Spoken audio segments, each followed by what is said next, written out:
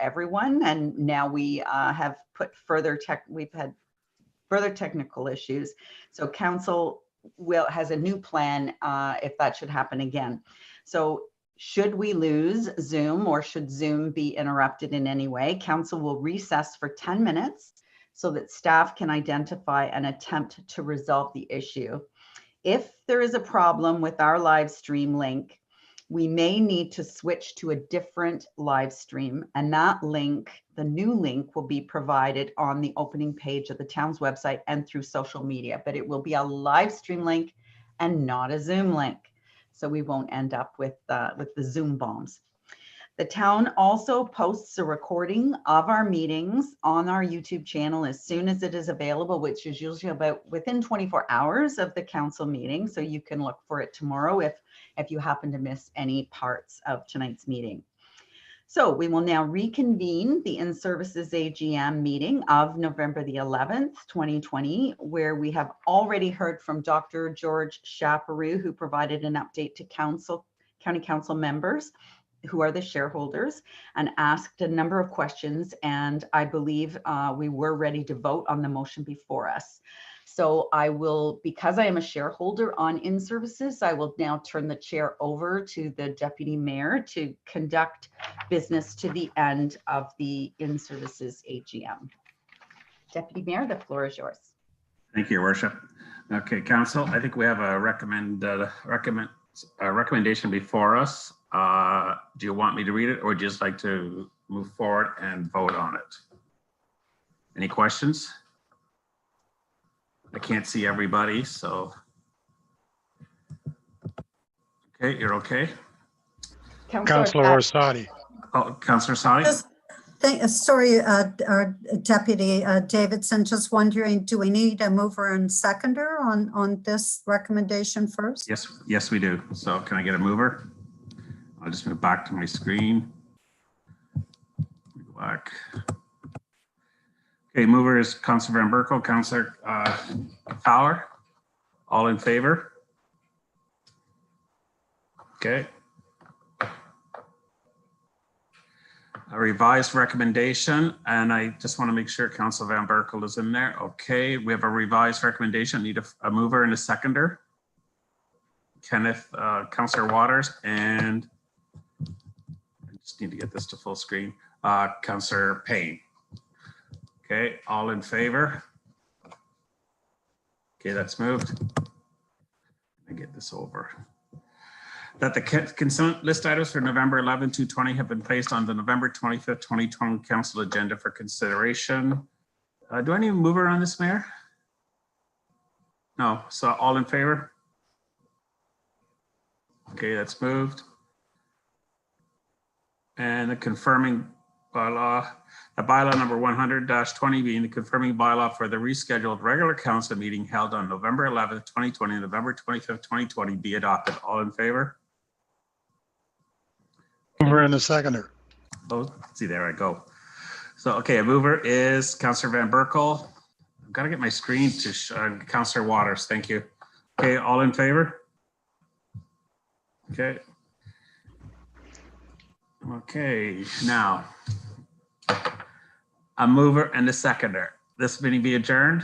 Councillor Fowler, Councillor Waters, I see there. Okay, all in favor? Okay, we're done. And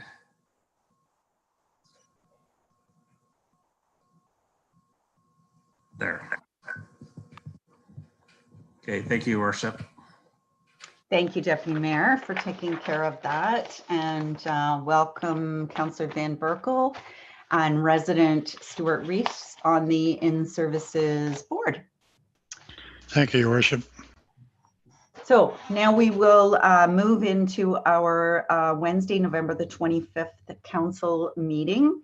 And I'm going to just tell everyone that this meeting is being audio and video recorded and shall form part of the public record, which will be retained by the town's retention bylaw. And for more information on that bylaw, and we can see somebody's email up on the screen, and I probably think that's probably not what you want people to see if you want to take that down. There we go. Thank you. So if you want more information about the town's bylaw for recording, please let the clerk's office know and they will tell you about our records retention. So we did have one item that was added to tonight's agenda. Item F1, correspondence from Nottawasaga Valley Conservation Authority in the Township of Essa, Re-Bill 229. And so that will be added to tonight's agenda. And I need a mover. I guess I'll wait for the screen to catch up to me here. Next slide, please.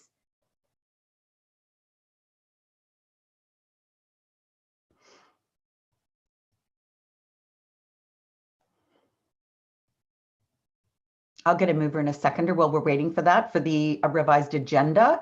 And that's moved by Councillor Ices and seconded by Councillor Nicol. All those in favor? That is carried.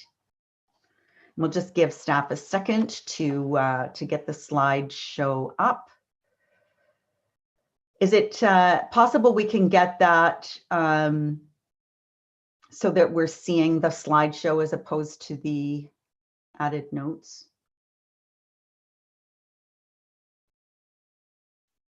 And while that's happening, next item on the agenda is the open forum. And just before we move to open forum, and if I could please ask both for open forum and for our delegations tonight, if we could please be respectful to the time limits that are in our procedural bylaw. It's especially important for us tonight. For a couple of reasons. A, we've got a very full agenda, but not only we've got tonight's agenda, but we've also got last November 11th agenda to get through too. So that would be 2 minutes or less for open forum, 10 minutes or less for the delegations. And I've asked the deputy clerk to help with the timing tonight. So when you see the deputy clerk turn her screen on, that will tell you to begin to wrap up. That means you have about 30 seconds left. So for open forum this evening, we'll start with our first open forum participant, which is Karen Forgrave. Ms. Forgrave, whenever you're ready. Please feel free to turn on your video and your audio at this time.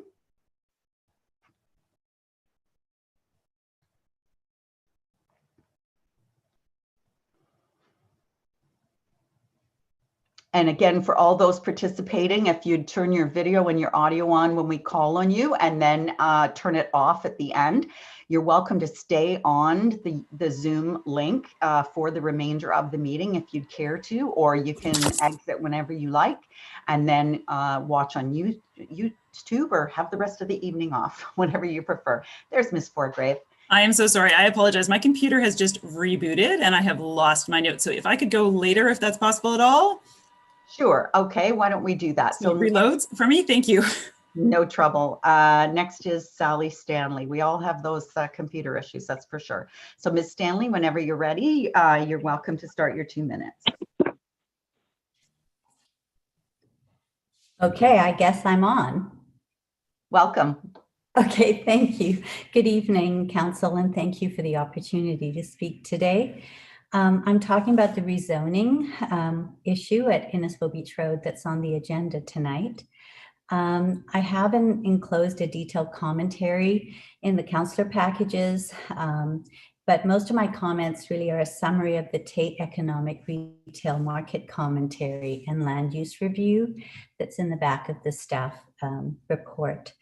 To summarize, the TARE report admits that the 2015 projections for commercial space requirements in Alcona were grossly overestimated, and that this estimate is not going to be realized going forward due to changes in consumer behavior that favor e-commerce over brick and mortar stores. So, so far, only a third of the estimated land has actually been developed. And so it begs the question as to whether it's prudent to proceed to rezone any more land for commercial development at this stage, because we still have a lot of undeveloped rezoned inventory readily available along Innisfil Beach Road. The TARE report also cautions us that it will take decades to achieve any successful development on these subject lands, and the report doesn't necessarily recommend it as the best location for it. It says we could do it, but as I read it, not that we should do it. In fact, it makes a pretty strong case against it if you consider what the report is saying about how retailers choose their locations and the criteria that are necessary to attract them.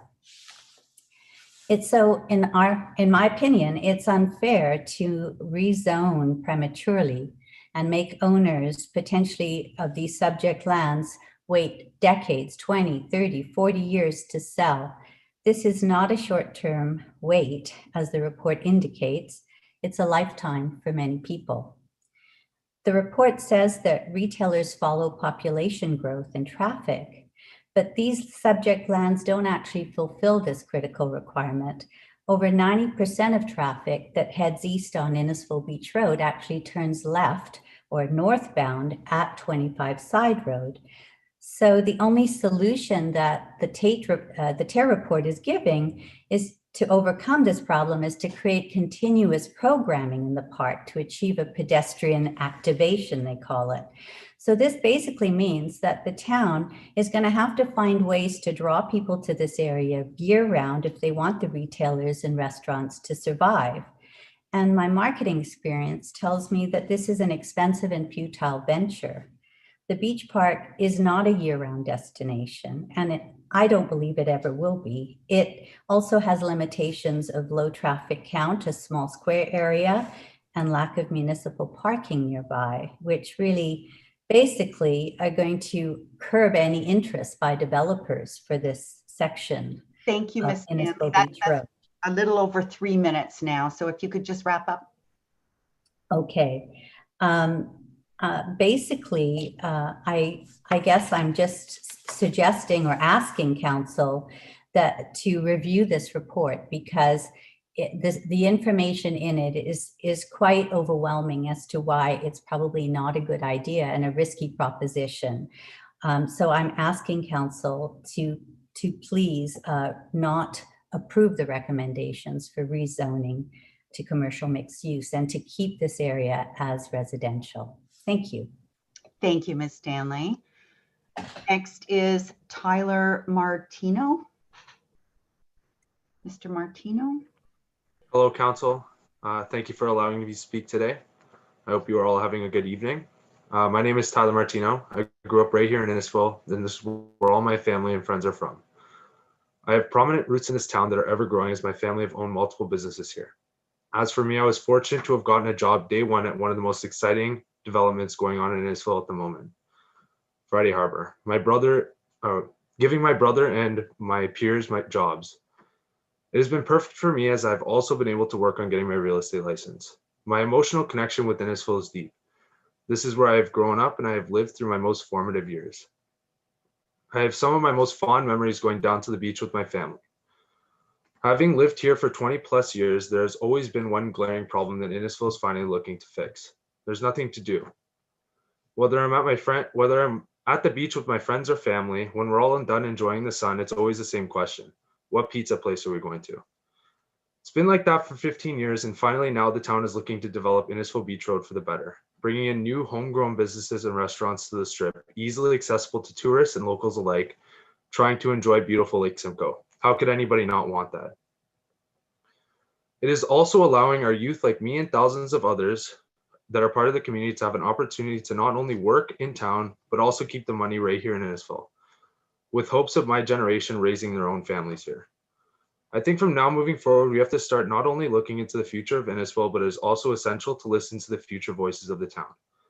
It seems anytime this town is looking to break from the mold of the past is met with resistance and fear of change. I think it is important to have new minds and perspectives start to shape the future of Innisfil. I plead for everyone involved to keep an open mind and put into consideration that the decisions made today are going to directly impact my generation. Thank you.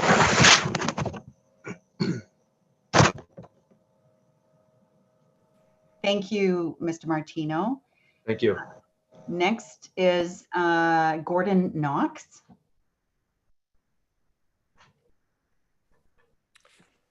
I hope you can hear me, Your Worship. Yes, Mr. Knox. Very good. Your Worship, members of council, my name is Gordon Knox. I live on Lakelands. I've been asked to make a few comments here and turn a 2-hour discussion into 2 minutes. So let's hang on to our hats here. I'm a retired urban planner, and I was the planner of record for the town of Wasaga Beach for over 30 years. So I think I know a little bit about tourism. I hate to tell you, but you don't have tourists, and you're not going to have tourists. You're going to have residents and you're going to have day visitors. And rarely do they leave much money behind. In regard to retail, there's 3 principles: location, location, location. The 3 pictures in your staff report show urban centers much larger than Alcona with through major highways. This thing is on a dead end, or the area to be considered is on a dead end.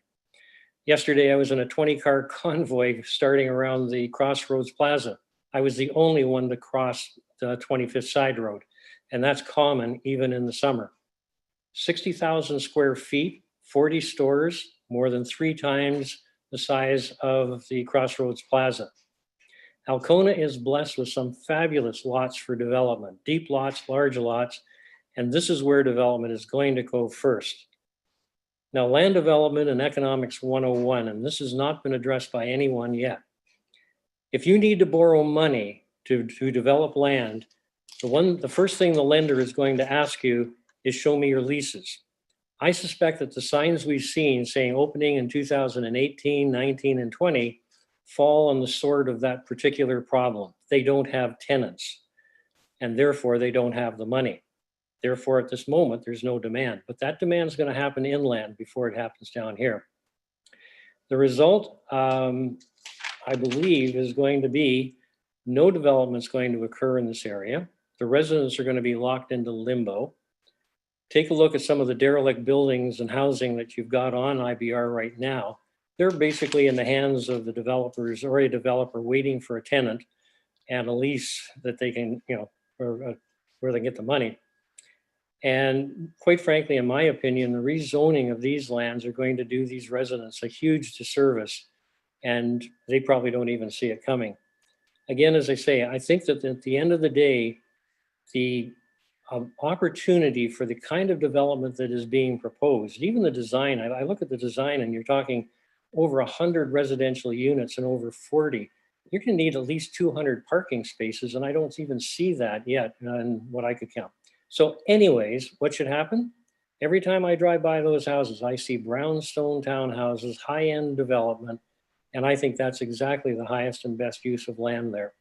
And I might just add in closing, I have read Mrs. Stanley's report, and quite frankly, I believe she's on point on all of her issues that she's risen or has brought to your attention.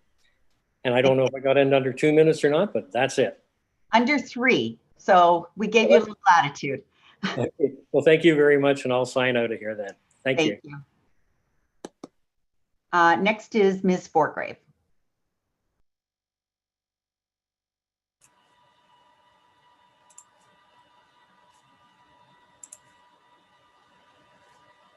Hello, I have a computer back now. Thank you for waiting. Can you hear me? We're good? Perfect. Okay.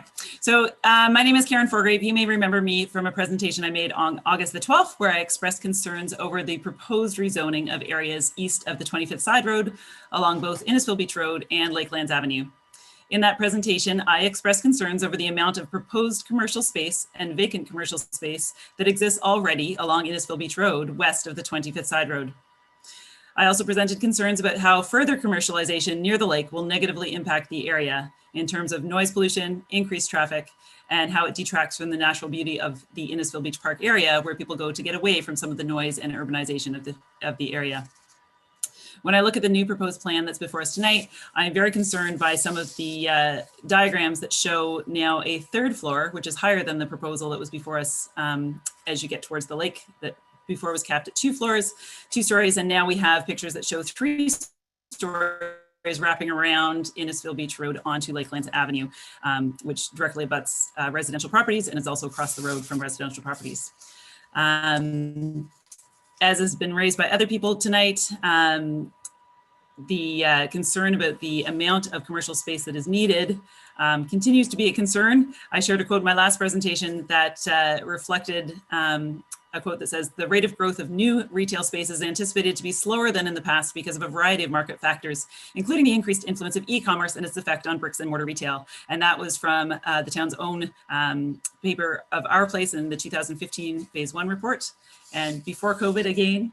And in the current report we have in front of us tonight, the 74-page report, it says multiple times that a comprehensive review of commercial land needs is proposed in the 2021 capital budget for 2022, at which time the long-term forecast can be readjusted. The report actually is acknowledging that updated vacancies and revised market demand analysis would need to be re-examined. This is a quote: "In the coming years, vacancies will be examined in the scheduled 2022 commercial land needs study and policy update." So the question is, why are we considering rezoning this land now before we can make an informed decision about the needs for this area once we have that data in 2022? So I want to urge everybody to make an informed decision. Again, I want to reiterate that I think commercialization should take place west of the 25th Side Road, near the subdivisions where there's already commercial land. And if you're looking for another entrance to the park and having amenities besides pizza places, as was mentioned by Tyler, near the park, there's already commercial land that exists on the 25th Side Road across from the park, and an entrance there where the water treatment facility is. So please, councillors, I urge you to make an informed decision and hold off on rezoning this land until we have more data available to us in 2022. Hopefully we're past COVID then, and we can see if there really is a demand for more commercial space. Thank you. Thank you, Ms. Portgrave. Thanks everyone for your comments on open forum.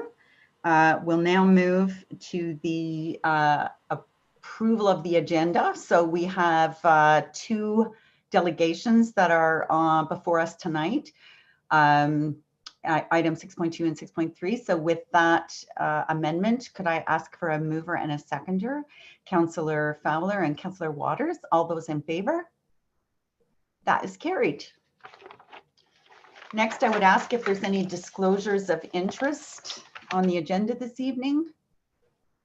Councillor Eisses. Thank you, Worship. With regards to item C.7, I have submitted a form to disclose that I have a conflict on that item. I have a family that own one of the properties that are listed in that item, so I will be stepping aside when that is brought forward. Thank you, Councillor Eisses. And our virtual version of stepping aside is just asking you to turn off your camera when that item comes up, if you don't mind. Thank you so much. So next is presentations and petitions. So we do have two this evening, both from our conservation authorities that are within our municipalities. So the first one, item 5.1, is from the CAO of the Nottawasaga Valley Conservation Authority, Mr. Doug Havner. Mr. Havner, whenever you're ready, sir.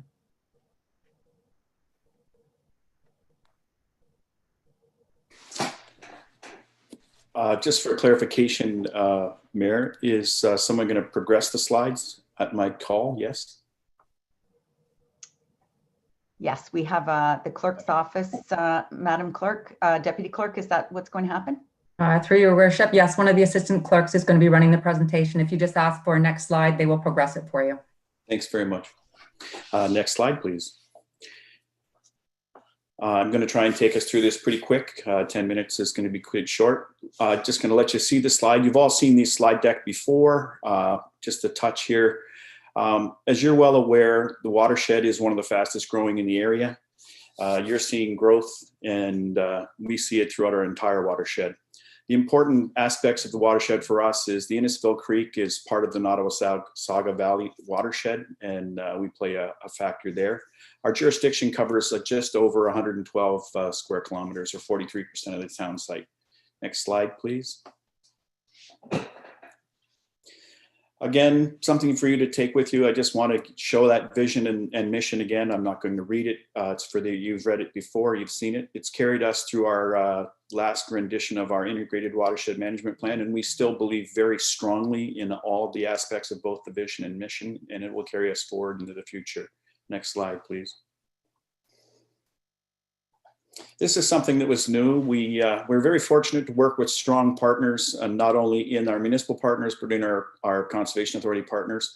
And we turn to advice and information from Lake Simcoe when we can. This was something we wanted to provide to you this year, and we'll provide it in the future. It's our new budget companion that we put together for you to review. Lots of good information for your council to look and see what each of our programs do and the highlights from those programs. Next slide, please.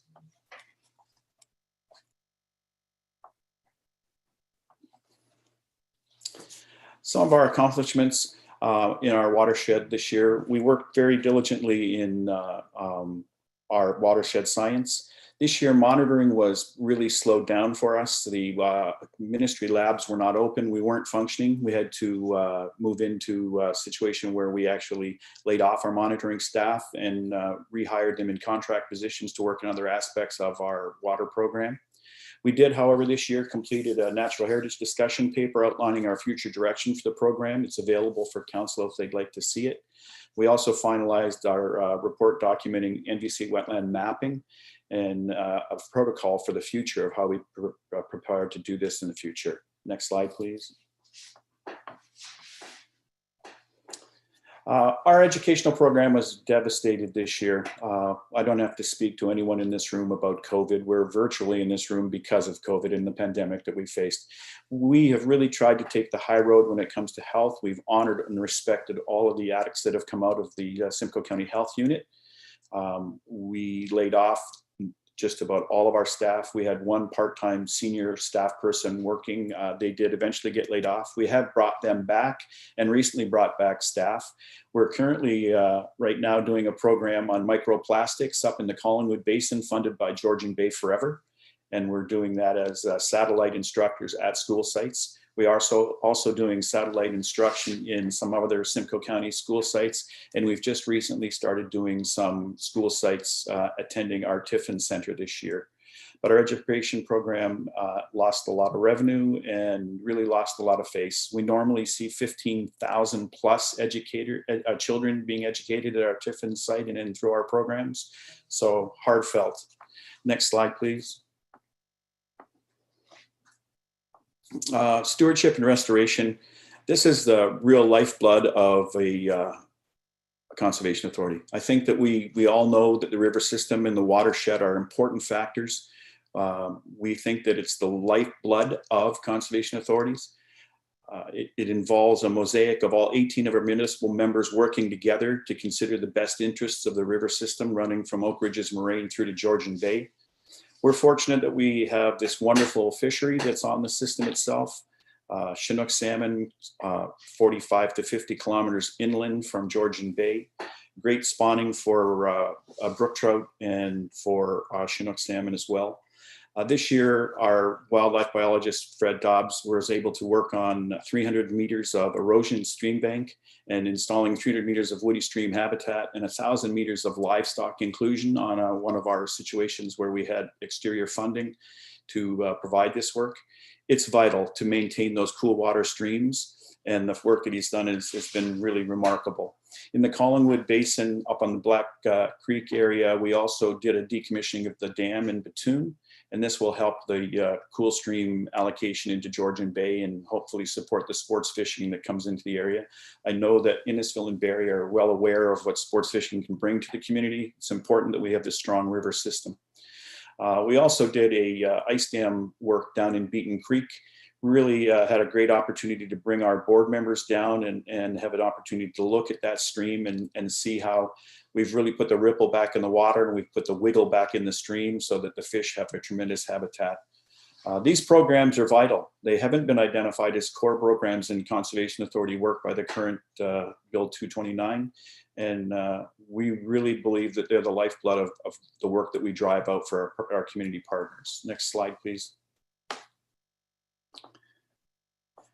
We planted over 107,000 trees. That's about half of what we'd normally plant in a year. And in planting that, we were able to raise privately $272,000 in funding outside of our budgeted dollars from the province, municipal governments in specialized programs, Forest Ontario, and private landowners. We also managed over 1,000 acres of forest. Again, that forestry program is vital. It's important that we maintain the cool water. It's important that we maintain the riparian areas on those banks and hold the erosion slopes in place. And it's vital that we do this work, and we hope to continue to do it in the future. Next slide, please.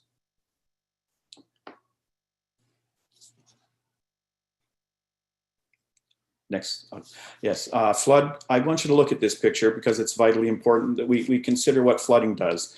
We want to see flooding involved without infrastructure. We want to work with our municipal partners like you in Innisfil, especially to try to maintain infrastructure and development outside of these areas. It's vital that when the flood occurs, it can roll over the banks and it can recede into the natural areas and then naturally and normally percolate back into the water, not putting communities in danger, not putting lives in danger, not putting infrastructure in danger. We do this by monitoring the dams that we have in the area. We have a dam at Utopia, we have a dam in New Lowell, we have the Tottenham Dam. And right now we're actually doing a study on the Pretty River Dike system in Collingwood and the Tottenham Dam safety in Tottenham. We use this program to monitor ice conditions. And the thing that's vitally important in flood control is that we don't just see those winter melts and snow happening. We can have events, storms, and flood events at any time during the year. The rain patterns are changing throughout our area.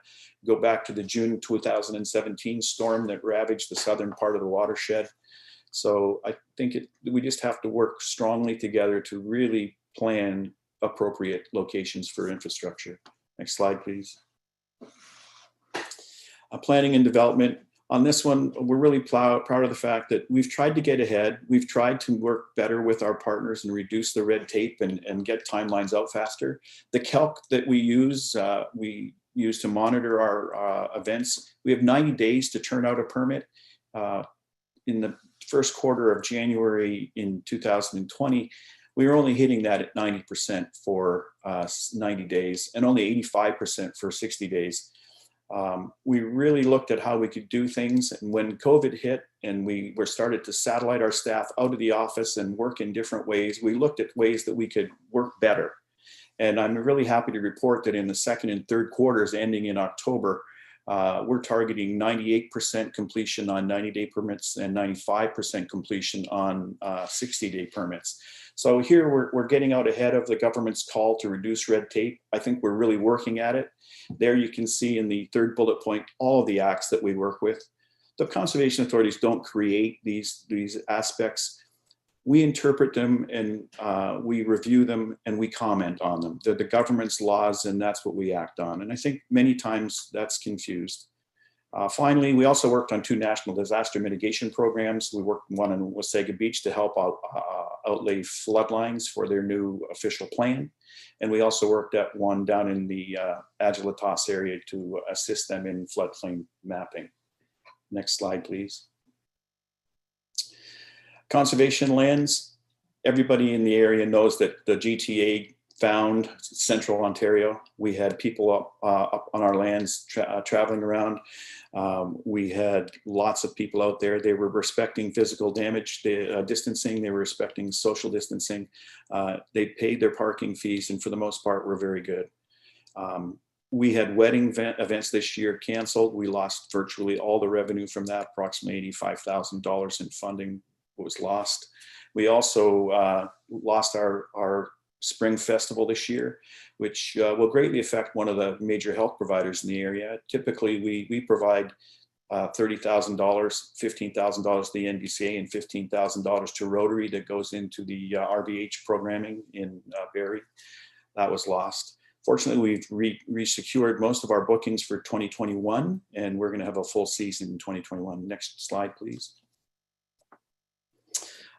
Just want to look at things focusing going forward. Bill 108 is what we planned on. Bill 108 is what we discussed and we had stakeholder engagement on. And then Bill 229 came with a lot of new items for us to look at and review. We'll continue to incorporate our integrated watershed management plan. We did a 2-year project where we consulted with over 300 stakeholders from the watershed to build a 20-year horizon on the watershed. And as I mentioned already, we're working diligently to try to improve our service to our clients and our customers. Next slide, please. When we built our budget, we had some certain budget pressures. We definitely had the pressures of COVID and the pandemic. We're forecasting a budget loss of approximately $100,000 to $110,000 in our 2020 year. We're not coming to our council members and our partners hat in hand. We're looking at removing that money from our reserves. We worked extremely hard to bankroll some reserves, so reserves are for that rainy day. We respect the needs of our community partners and their ability to manage their funds, and we should be called to effort on that as well. Just want to note the provincial funding last year was cut $97,000 in our flood services. We're going to see benefits go up, insurance premiums, property taxes. These are no news stories for you. You're well aware of those fixed costs that go up. We're trying to manage them as best we can. I'm going to quickly pass this over to my Director of Corporate Affairs to finish off the financial portion, if I may, Mayor. Welcome, Ms. Flanagan. Go ahead, Cheryl. Thank you, Mayor and Council, for allowing us to be here tonight. Can I get the next slide, please? So how are we addressing these pressures? The board approved a $38,000 levy increase as a guideline for the 2021 budget, and staff worked very hard to come up with a responsible budget for our member municipalities. We looked at 3-year trends. We looked at all of our expenditures and revenues. We even eliminated a full-time position for our 2020 year. Our draft increase came in below board-approved guidelines at $35,768. Next slide, please. Based on the current value assessment provided to us by the Ministry of Environment, Conservation and Parks, and how we are required to distribute levy as per the Conservation Authorities Act, Innisfil's portion of the increase is $7,935 over 2020's numbers, making our operational request for 2021 $183,475. Next slide, please.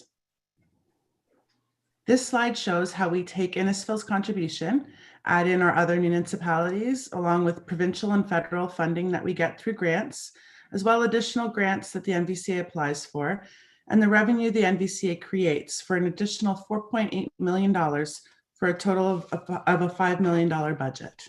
Next slide, please. So what is the impact to the residents of our watershed? As you can see on the graph on the left, this is found in our program overview as well that Doug mentioned earlier, and we really encourage you all to read this. But on the graph to the left, it works out to be $12.62 per watershed resident.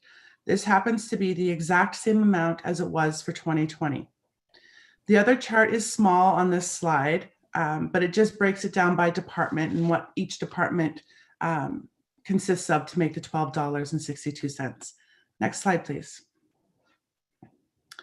Our asset management plan was introduced in 2016 and implemented in our 2017 budget. And we thank Innisfil for your participation in it. We did manage to get all of our municipalities. It was phased in by a number of our municipalities, and that phase-in was completed in the 2020 budget year. The plan has been updated every year, and the 2021 budget update saw some savings by staff, which resulted in a decrease in our overall needs for 2021. However, and I'm sure you're probably sick of hearing this from us, due to CVA adjustment and Innisfil's continued growth, your contribution for 2021 actually does go up slightly from to $10,051, up from the $9,491 in 2020. And then below is a few examples of the things the NVCA will be doing in 2021. It is important to note that a number of items that were approved in the 2020 budget have been deferred to 2021 due to COVID, and those funds have already been received and allocated for in this budget. Next slide, please. So this slide shows the total ask between operational and asset levies. As you will see, the total ask for Innisfil for 2021 is $193,526, an increase of just over, I believe, $8,000. Sorry, I can't see the slide. Yeah, just over $8,000 over 2020. Next slide, please. So that's it for our presentation. If time permits, I'm not sure where we are for time. We do have our chair, Keith White, who is a councillor for the Township of Vesta here, and he normally likes to say a few words. Mayor Dolan. Thank you, Mr. White. Councillor White, Chair White.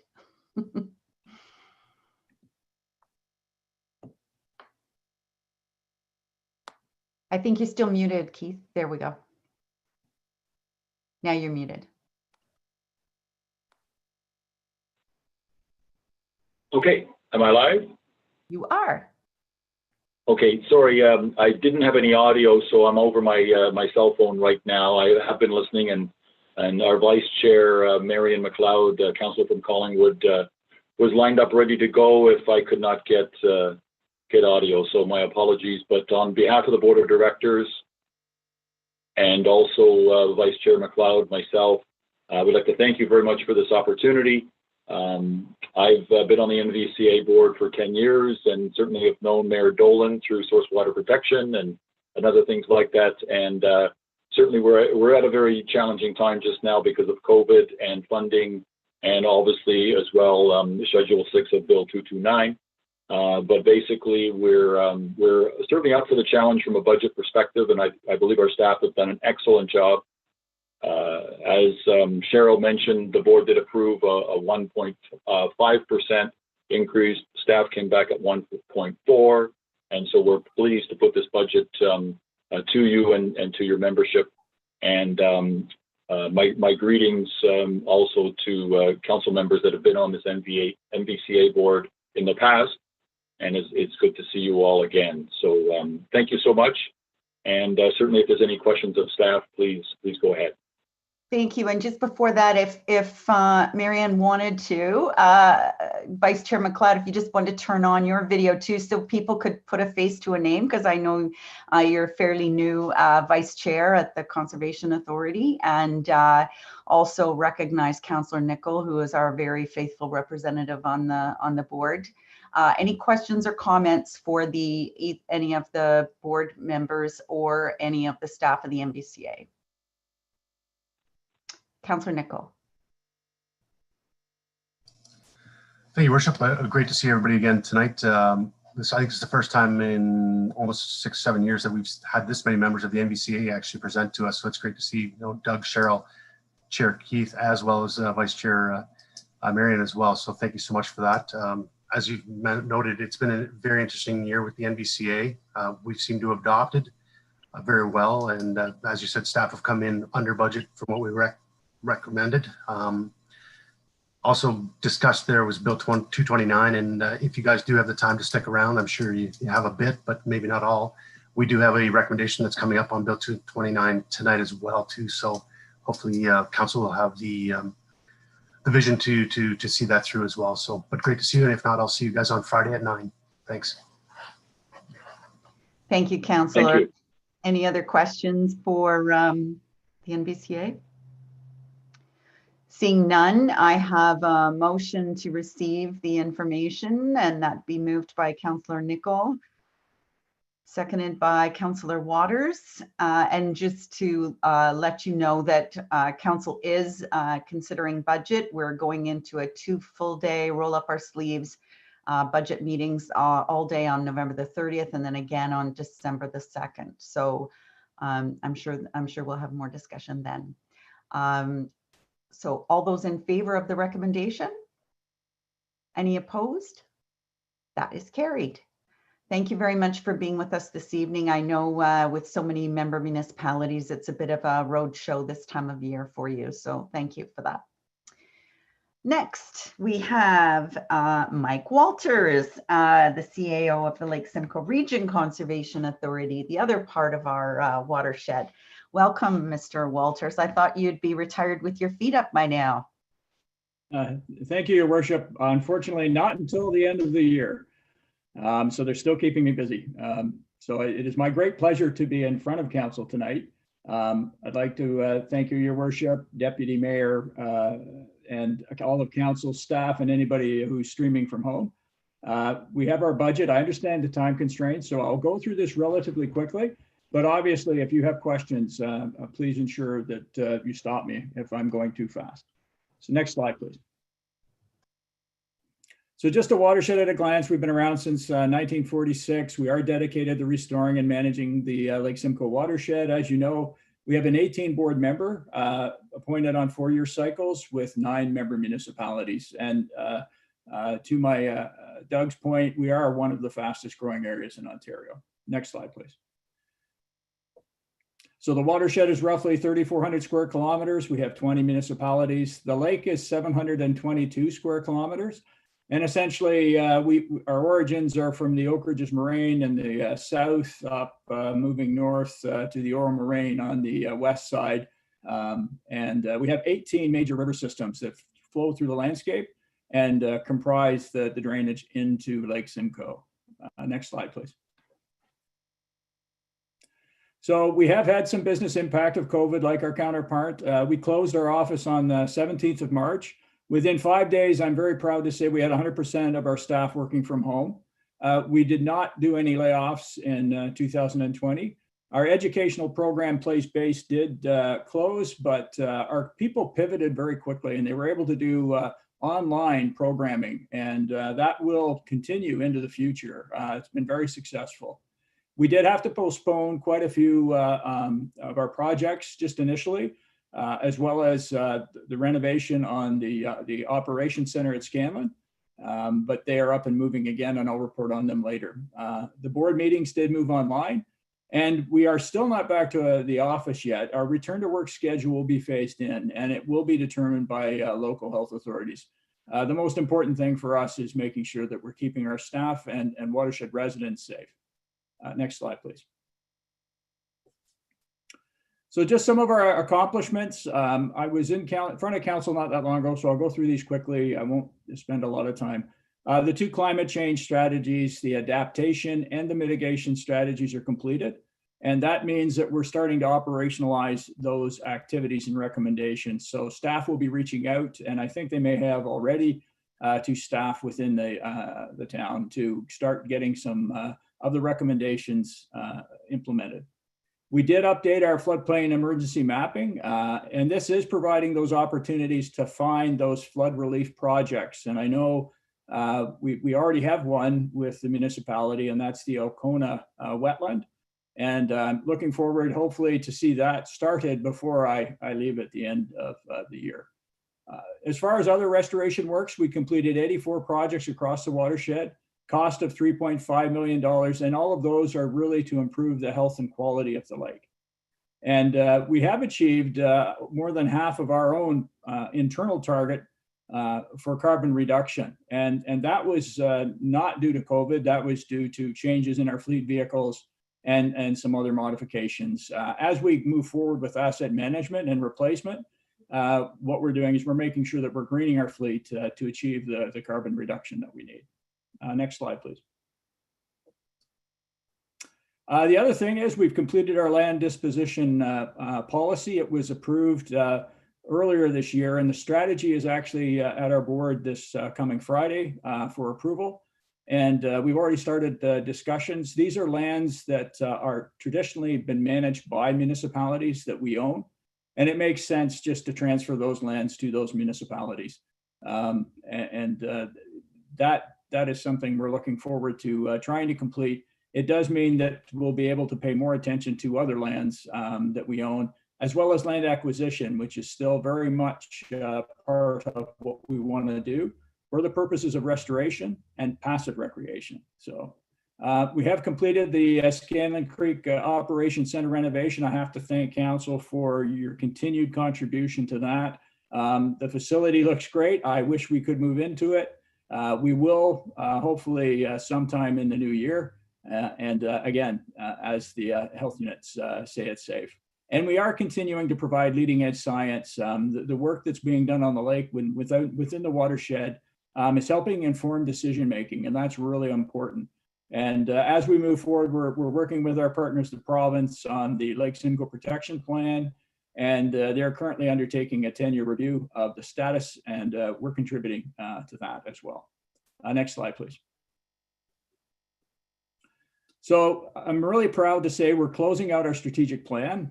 This was a 5-year plan from 2016 to 2020. We've completed 40 of the 42 initiatives, so 95% is complete.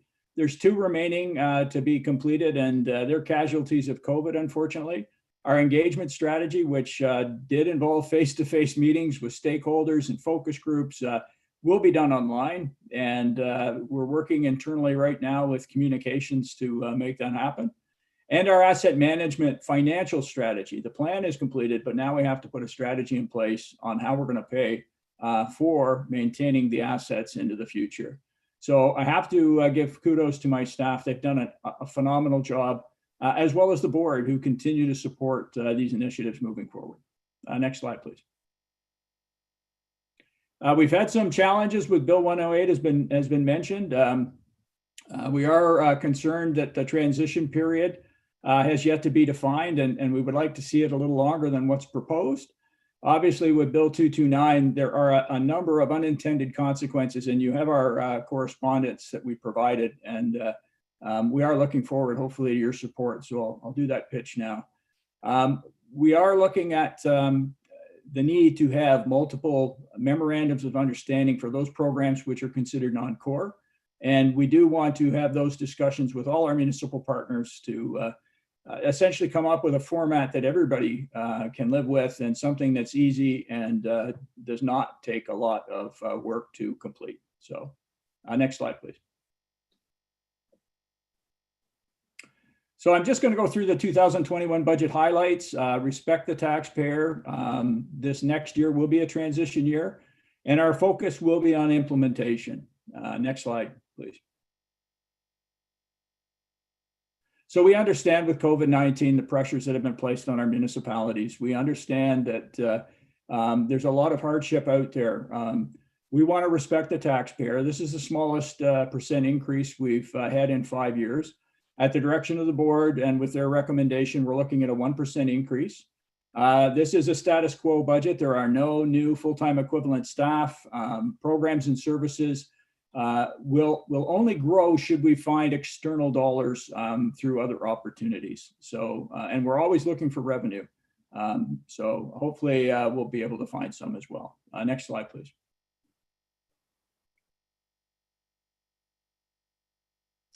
As I said, the increase has been held to 1%. That means an $80,000 increase overall on our budget.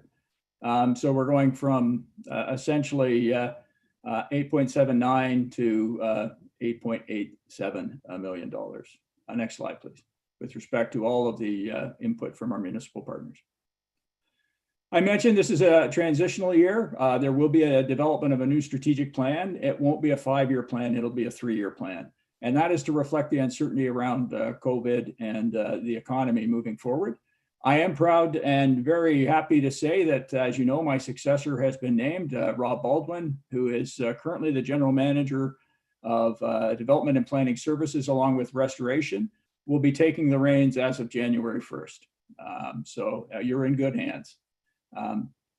We are going to be taking 2021 to align with the changes associated with Bill 108 and now Bill 229. And as I mentioned, Rob is the new CAO. Next slide, please. So this year will be all about implementation. We're looking at operational, as I said, the 2 climate change strategies. We're looking at establishing new restoration goals and targets and performance indicators for all of our natural heritage features, the forests, the wetlands, the grasslands, water quality with respect to phosphorus and salt, and water quantity with respect to trying to reduce floodplains and maintaining water balance, which is the water that goes into the ground as well as what runs off on the surface. Next slide, please. We're going to be acting on the recommendations, as I mentioned, of the land acquisition and disposition strategies. There is opportunity to acquire lands for the purposes of restoration and then divulge those lands to third parties like Nature Conservancy, our municipal partners. So we are still very much looking for those opportunities where we can actually create more forest, create more wetlands, create more grasslands out in the watershed. We're going to continue to restore the watershed. All of the restoration projects, from water quality to natural heritage, water quantity, will be completed. We do have capital monies already allocated towards projects. And we are initiating the flood relief program in earnest. So that project in Okona, there is resource available. And we do definitely want to be talking with your staff moving forward to make sure that that project becomes a reality. Next slide, please. So COVID-related budget challenge, we still do have some. There's additional cleaning, sanitation required in our office. There are alterations that we're going to have to make. As I mentioned, there was the educational program. We did lose revenue in tree planting, and planting applications were down. I don't know if that was COVID related, but it got bunched in here. We seem to have had a reduction in planting applications. Based on the activity that's occurring now, though, through the watershed, we're not anticipating that to be a problem in 2021. Next slide, please. So here's our overall budget at a glance. We are going down from 2020, approximately a little less than $5 million. A large part of that is through the capital project side. Some of that was for the renovation for the Ops Center, and some of it is we're being very conservative with respect to our estimates for revenue coming in from the offsetting programs, since we saw a decline in the number of plans of subdivision. And have to give a shout out to the build industry. They've been great partners, and the offsetting program continues to support a lot of the restoration work that we do. We are going to be looking at a small draw from reserve. And again, that's for COVID related issues, as well as some small operational one-off issues as well. Next slide, please. So I think this is the one everybody's been waiting for. There is an increase based on the 1%. It's around $7,500 in that area. Our approved budget in 2020 was $404,982. We're looking at the 1%, 4,000 plus the 3,600, so just over 7,500 for a total in 2021 of $412,638. So it is an increase. We've tried to keep it as small as we could. Respecting the municipality's current condition situation with COVID and the taxpayer. Unfortunately, we did not see any assistance from the province financially for what happened with COVID. And we are only receiving at present around $64,000 in provincial funding for all of our operational programs. Next slide, please. And this is just our special levy at a glance. It's contained in the previous budget, but it gives you an indication of where the money is being spent within the authority. Next slide, please. So looking ahead, we do expect to return to the office in 2021. We are still trying to grapple with the implications of Bill 108 and now Bill 229. Our asset financial management strategy is under development. The new strategic plan is well underway. We've completed the situational analysis and the internal review. We are going to be coming out to all of our municipal partners and other stakeholders to see how best we can align our services with yours so that we can get that return on investment and find those efficiencies. And again, we're hoping to have our board of directors finalize our budget, hopefully sometime early in 2021. Next slide, please. So with that, I'd be more than happy to take any questions. I know Mark Critch is somewhere in the myriad of people as well. He's our CFO and General Manager of Corporate Services, and he's much, much more knowledgeable about financial implications associated with any of the questions you might have. Thank you, Mr. Walters, very much. And I'm also going to thank Councillor Waters for all of his hard work at the LSRCA on behalf of the town of Innisfil. And if Mr. Critch wants to turn on his video, he's more than welcome to do so. And I'll ask council if they have any questions. Seeing none, I have one, and it's to do with the forest acquisition, Mr. Walters. So I wonder if you've ever had a conversation with the forester at the County of Simcoe. They have a large reserve and a really well managed and the largest municipal forest operation in Ontario, municipal forest operation in Ontario. And they use the land from their timber sales. They put it back into a reserve. And I know that, I know that there's going to be a concerted effort to get more southern forests because of the forest cover in Simcoe County is predominantly to the north. And they did they updated their strategic plan, which was going to look for, even though the land is much more expensive, to look for land in South Simcoe. So I wondered if you've ever had a conversation with them. To your worship, yes, Graham Davis is well known to staff at the authority as he worked with us for years as our manager of restoration a long time ago before going to the county. There is a working group that's been established between the regions, Durham and York, as well as the county. It's going to be looking at how we can best align and essentially grow the amount of money that we have for restoration. Our goals are aligned. There is a bit of a difference between the forest that we look for and the lands that the county actually purchase. We're looking for lands that might not be a forest, but adjacent to a forest that could become a forest. So we're looking more at the restoration side. That does not mean, though, that we wouldn't partner with the county on the purchase of land to take it and put it into protection, as long as the county held the land at the end of the day.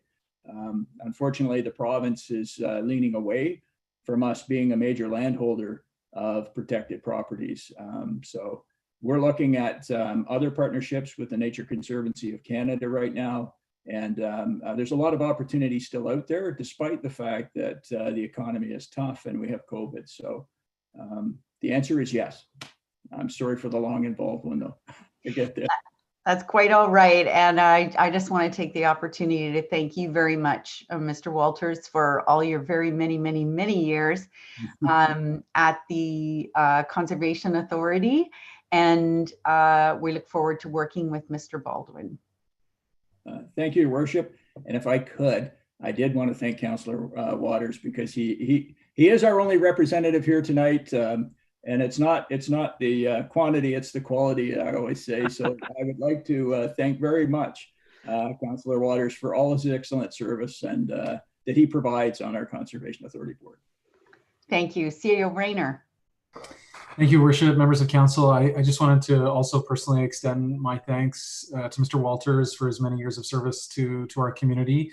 I secretly think he owns land somewhere, because whenever I spoke to him, he always acted and thought like a resident and such an Innisfil champion. And those of us in the CAO world are, of course, happy to see him go, because he keeps setting these bars of sleeping outside with no shelter and just doing everything he possibly can to help his community. It's nauseating. So we're just so glad that he'll be moving on to his retirement. I'm just kidding, Mike. We've always been really impressed with you, and he's just been such a good collaborator. Mike has always tried to reach out, build bridges, and just pull all of the teams together to succeed. And he took what was an excellent legacy when he came into the role and just set the bar even higher. I feel bad for Rob, to be honest. He's got enormous shoes to fill, but he's also a champion for Innisfil, so we're very excited. And we just want to wish you all the best, Mike. You absolutely deserve the Muskoka chair and the peace and quiet that will come with. And we wish you all the very best. Thank you very much. Thank you. Any Councillor Waters? Just on behalf of myself, it's been really great working with Mike coming on as a new board member. Even though I had the background in conservation, Mike is such a friendly sort that he makes you feel welcome.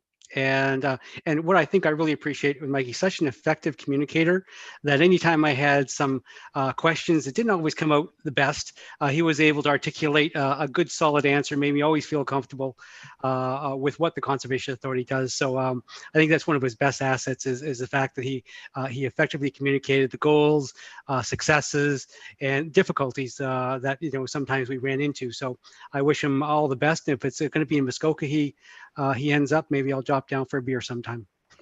You're more than welcome. Thank you, everyone. And so we have a recommendation that to receive for information the presentation by the LSRCA on their 2021 proposed budgets, and that's moved by Councillor Waters and seconded by Councillor Van Berkel. All those in favor? That is carried. Thank you again, sir. Thank you. Councillor Sadi? Thank you. I just wanted to report, I received an email on my phone from Councillor Payne. She's having technical difficulties with her computer, so if we're just aware that she's trying to get connected and get IT support. Thank you, Mr. Rayner. Can you get IT to contact her? We are reaching out, Your Worship, and in the event that she's listening on YouTube right now, we would also encourage her to call in through her mobile phone number as a last resort. Thank you, Worship. We're on it. Thank you.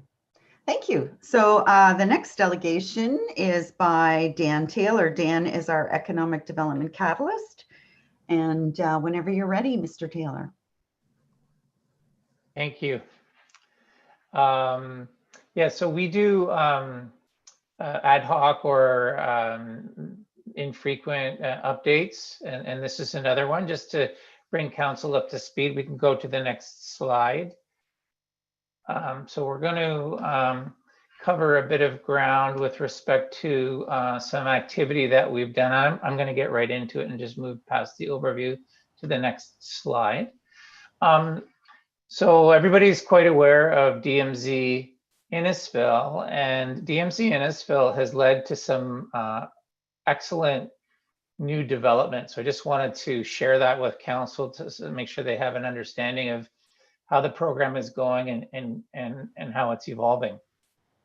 Upon launching DMZ Innisfil, it was around the same time as the outbreak of COVID, and our partners at Ryerson with DMC launched something that I think everyone is familiar with called a hackathon.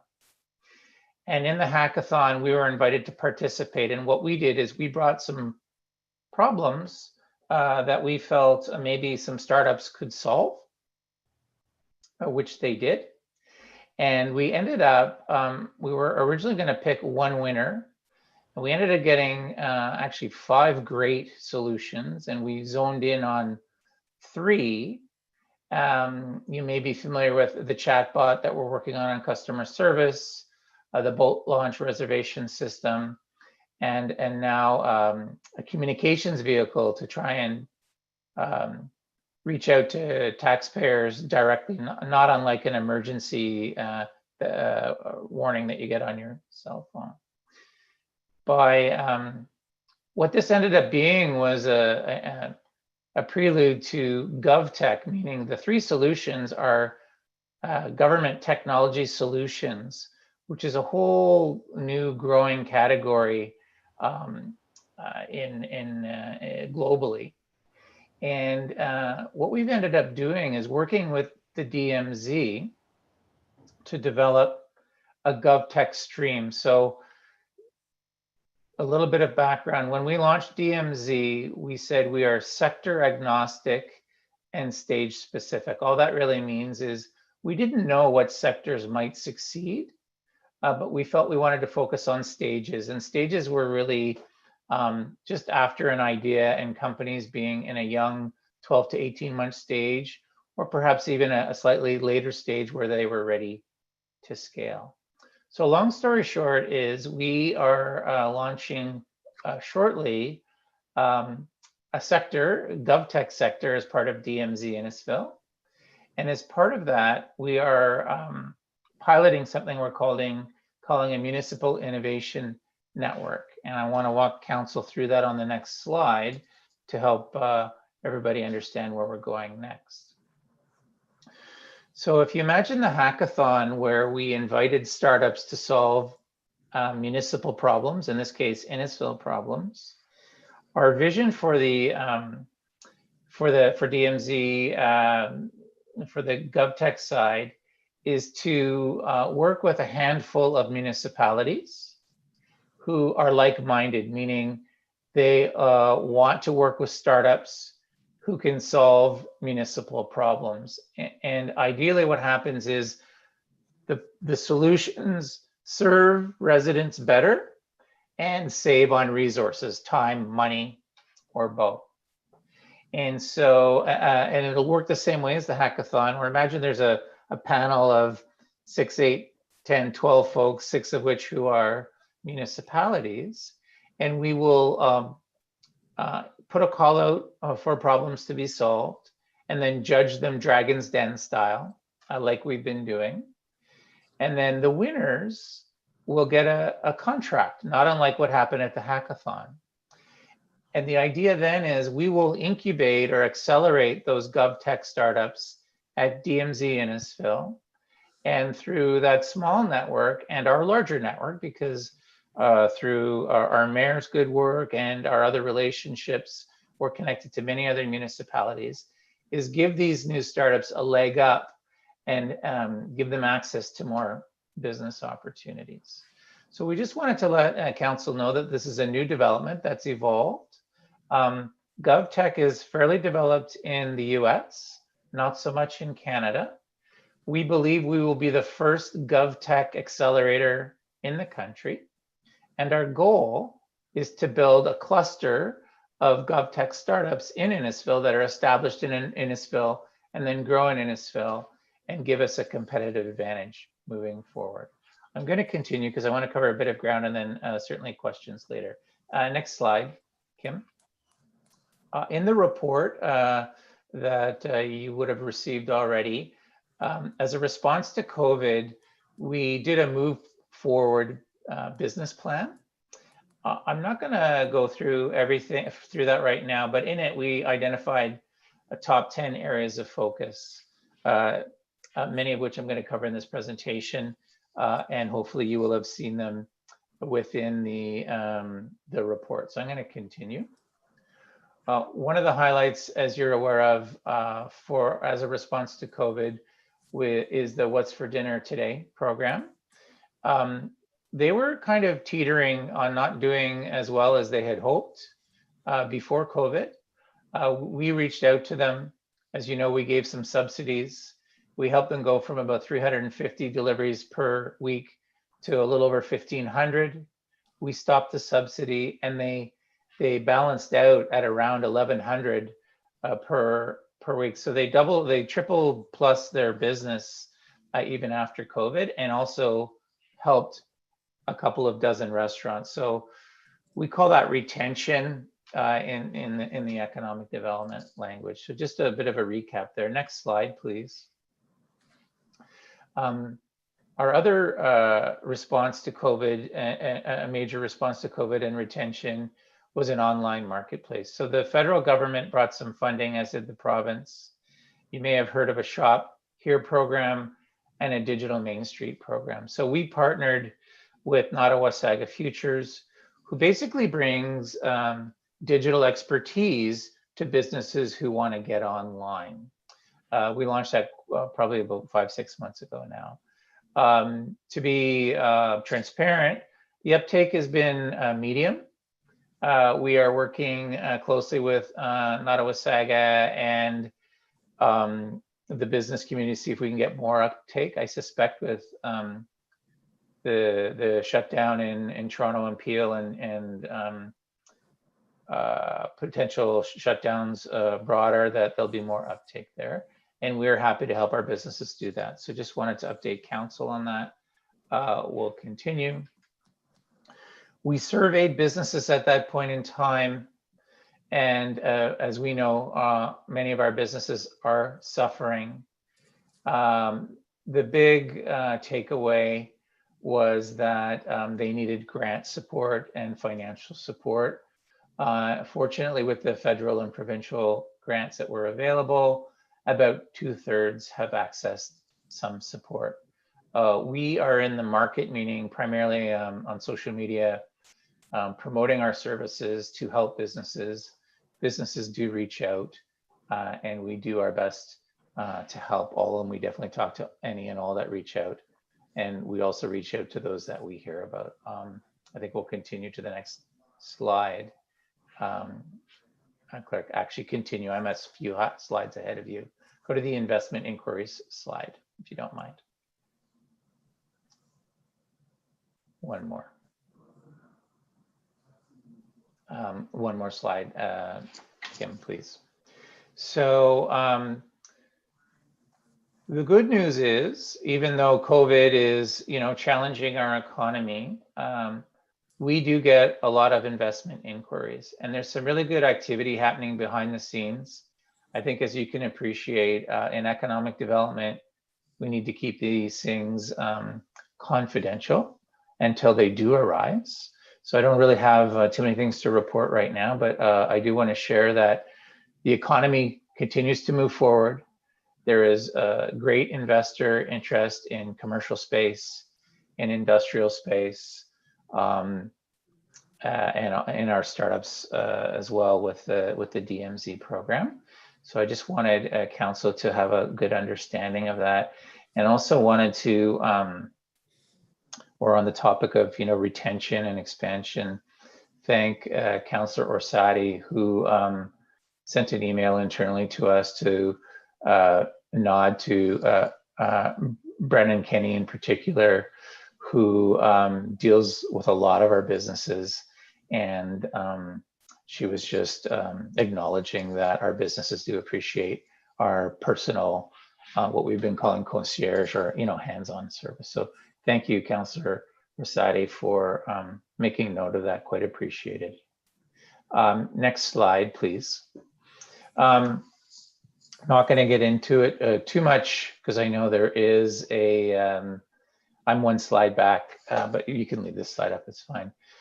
With the developments in IBR, what I will say is, as we have done with downtown Alcona, where there's a long-term vision, 20, 30 plus year vision of how things are developed. The development down further towards the beach, in our opinion, has a lot of merit, and we think there's a lot of potential there. So I just wanted to share some background on that with you. Another response to COVID, if folks recall, about 82% of all of our labor force left the town of Innisfil prior to COVID. We don't have data now, but the new reality is when things get quote unquote back to normal, whatever normal might be, is a lot of people are going to work from home. So we are working on and have done a soft launch on plans to help remote workers work successfully from the town, and also to work with employers, which also includes a co-working space and other spaces and creative ways. So that imagine if, X thousand people worked from home Y days per week, they're going to be spending more time in the community, having more time to do activity when that's appropriate, and spending more money at our local businesses. So that's a big part of and a shift and a reaction to COVID. Next slide, please. We also in our report wanted to just highlight that we had a very busy year, and we are both appreciative and honored to act on behalf of council to assist, our economy. And we have not heard any announcements yet, but we submitted quite a few projects. DMZ Innisfil Accelerator at 8000 Yonge Street, the Hackathon, our downtown Alcona investment attraction project, and a promotional video promoting Innisfil, our What's for Dinner Tonight response to COVID, some branding we've been doing with Innisfil Accelerates, the Orbit project, and a Tech Town podcast, which hopefully most of you have heard. So it's been a very busy year, and we've been doing all we can to both deal with COVID and also to look forward to build the economy. And we are thankful for council's support on that. Final slide, or almost final slide. I just added this near the end, and I hadn't really thought about it, but I'm happy to say we have many tentacles in the One Town, one team camp. And I just thought I would highlight that with you, where our department is involved with work with Friday Harbor, with the Orbit, with the Idea Lab and libraries, with the communications department. We're actively working on Rizzardo Health Center tenancy, people in talent, helping them online and creative ways to find talent, building and planning, and in services in power and IT on the internet. So just, you may not be aware of, you know, our one town, one team stuff. Just thought I would share that. And I believe this is the final slide, which is just a thank you, council. And if there were any questions, would be happy to answer them. Thank you so much, Mr. Taylor. Is there questions or comments for Mr. Taylor on his presentation? Councillor Fowler. I've seen what the economic development team has done with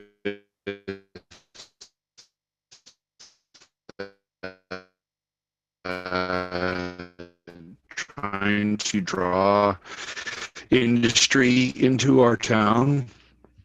And I think you guys are doing an amazing job. I like the way you're thinking. You're thinking organically, you're thinking locally, you're trying to think in ways to help support the small business owners, which is the biggest population that we have right now. So whatever you're doing, keep it up. You're doing awesome. Kudos. Thank you, Councillor Fowler. We're struggling a bit with your audio tonight, so I'm going to make a suggestion. The next time you want to speak, maybe turn your video off, and that might help your audio because right now you're frozen. But we've been having a few technical difficulties tonight. The other one was Councillor Payne. Now she was able to join us. She's watching on iPad and she's connected by phone. So I just want to give a test to Councillor Payne to see if we can hear her. If you could go off mute and just say hello, Councillor Payne.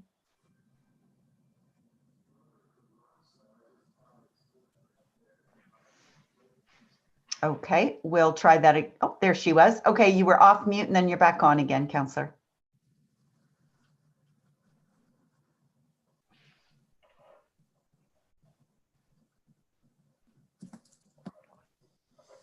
Can you hear us? Councillor Payne, did you want to say something? No. Okay, so we have somebody coming from IT is going to drop. It's apparently a cord issue, so they're going to drop the cord off to her. Other questions or comments for Mr. Taylor? Thank you very much for that update. And yes, I concur with Councillor Arsati's comments. We get wonderful comments about Brennan and the work he's done in the community. And if council has not had the opportunity to see the blog, the tech, what's it called, Mr. Taylor? TechTown. TechTown podcast, blog. yeah. It's a Tamara Small. Takara Small is a IT journalist out of Toronto. And it's really well done. Like it's really very professional, and I would urge you to check that out if you have not yet. All right, so we have the recommendation to receive the update, and that is moved by Councillor Nichols, seconded by Councillor Ices. All those in favor? That is carried. Next is item 6.2, and that is Mr. Stanley, who's providing a delegation tonight regarding item C2. Mr. Stanley, whenever you're ready.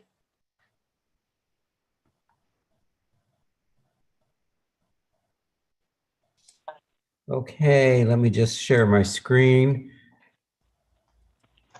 We've got it up there now. Excellent. Okay, so thank you, Mayor Dolan and council members. So I know that Gord Knox had kind of touched on this. Hang on, why is it not moving? Let's see. Okay. This is not working quite right for me. Hang on. Yeah, it's not moving the slides, unfortunately. Okay. It may be perhaps if you just, I don't know whether it's our assistant clerk that has control, deputy clerk. So you just have to say next slide and they'll move it for you. Oh, but I have reduced the number of slides because I felt that there were too many. Oh, so I wanted this to be a more focused presentation. So can I?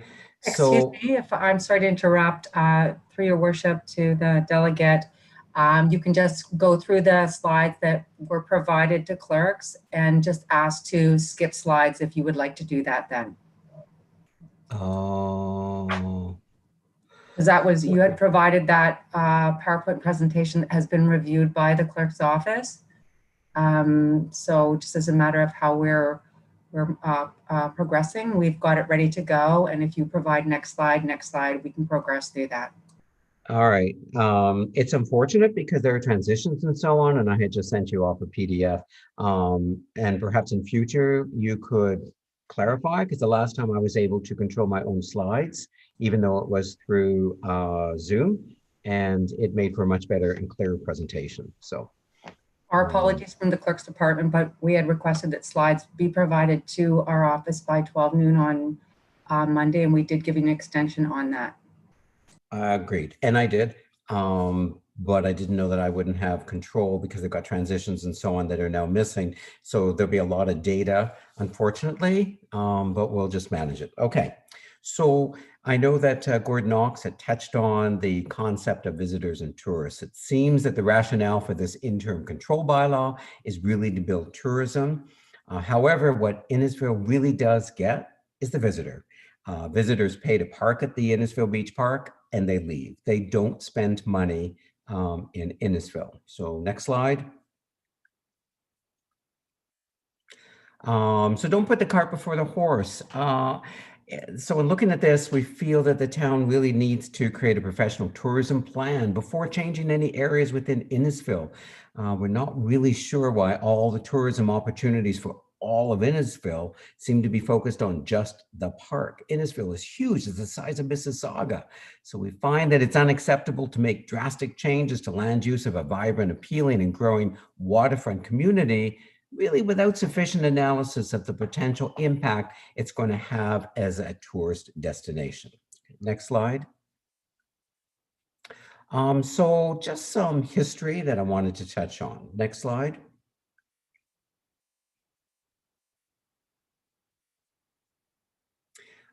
So in 2014, lots of town hall meetings, widening and reconstruction of Innisfil Beach Road, and it was amazing. Everyone was so excited. It was going to be lined with trees and flowers and benches and so on.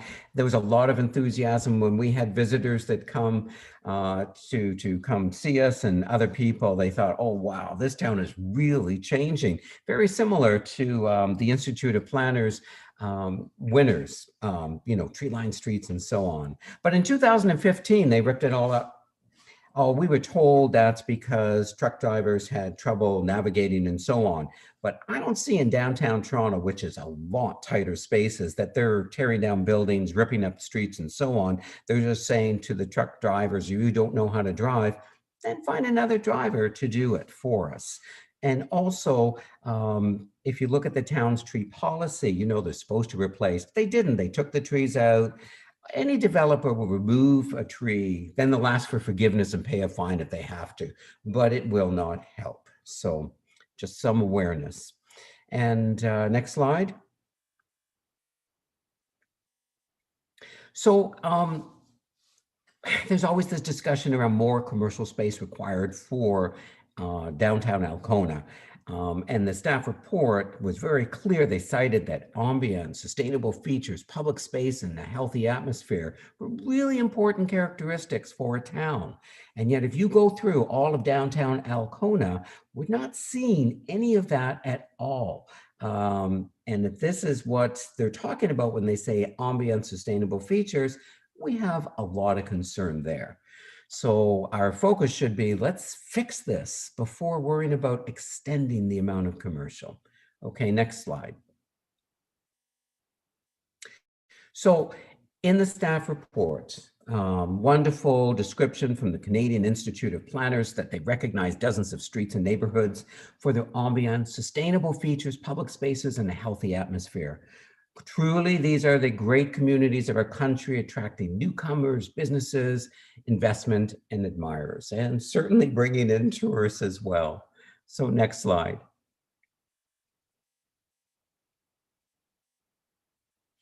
So they cited Newmarket as one of them recently because they've had significant capital projects completed in the Main Street area, and the old town hall underwent a multi-million-dollar restoration to become the cultural hub for theater, music, and dance. Orangeville, because it has historic buildings, contextual redevelopment, and attention to the pedestrian experience. And Fredericton, because they contain historic buildings, open spaces, unique shops, people-friendly sidewalks. These, though, are really not fair comparisons. They are all on major thoroughfares. They have tons of traffic going through them. But Alcona, Innisfil Beach Road, all leads to a dead end. So we do not have the amount of traffic, and there's nothing really to bring people on down here. Alcona has only one historic building, and it's on stilts. They have no interesting buildings. It is representative of a typical unplanned urban landscape with plazas and buildings with no particular architectural interest. Clearly, the design efforts of the planners have failed. Now, we've seen beautiful illustrations. You can hire any art student to draw beautiful, beautiful illustrations of what it could look like. But honestly, planners have already told us, but they cannot actually tell a developer that's what we want it to look like. They can present it, but a developer will build what's going to suit them, that's going to be cost effective. Next slide. So, do we really need more commercial space? Rather than extend the commercial zoning east of 25 Side Road, focus your efforts on the long-standing failure to achieve downtown development in Alcona's existing commercial zone. Because within Alcona, it really was never a quaint town, it was farmland. The buildings were haphazardly, they sprang up, no design, no plan. The end result, it really is a place where no one wants to linger. No restaurants, no hotels, nothing to attract tourists. Have you really abandoned now downtown Alcona because you think your salvation is going to be this little piece on Innisfil Beach Road going down to the waterfront? When people come in and they see downtown Alcona, trust me, they're not going to want to rush any further because really it would be hard to believe that anything good will ever be there. Next slide. So the Tate Economic Research Report was very interesting. In 2015, they forecast appeared, they are saying now, clearly to be aggressive and overstate the anticipated commercial retail space demand because consumers have changed from purchasing in brick and mortar stores to online.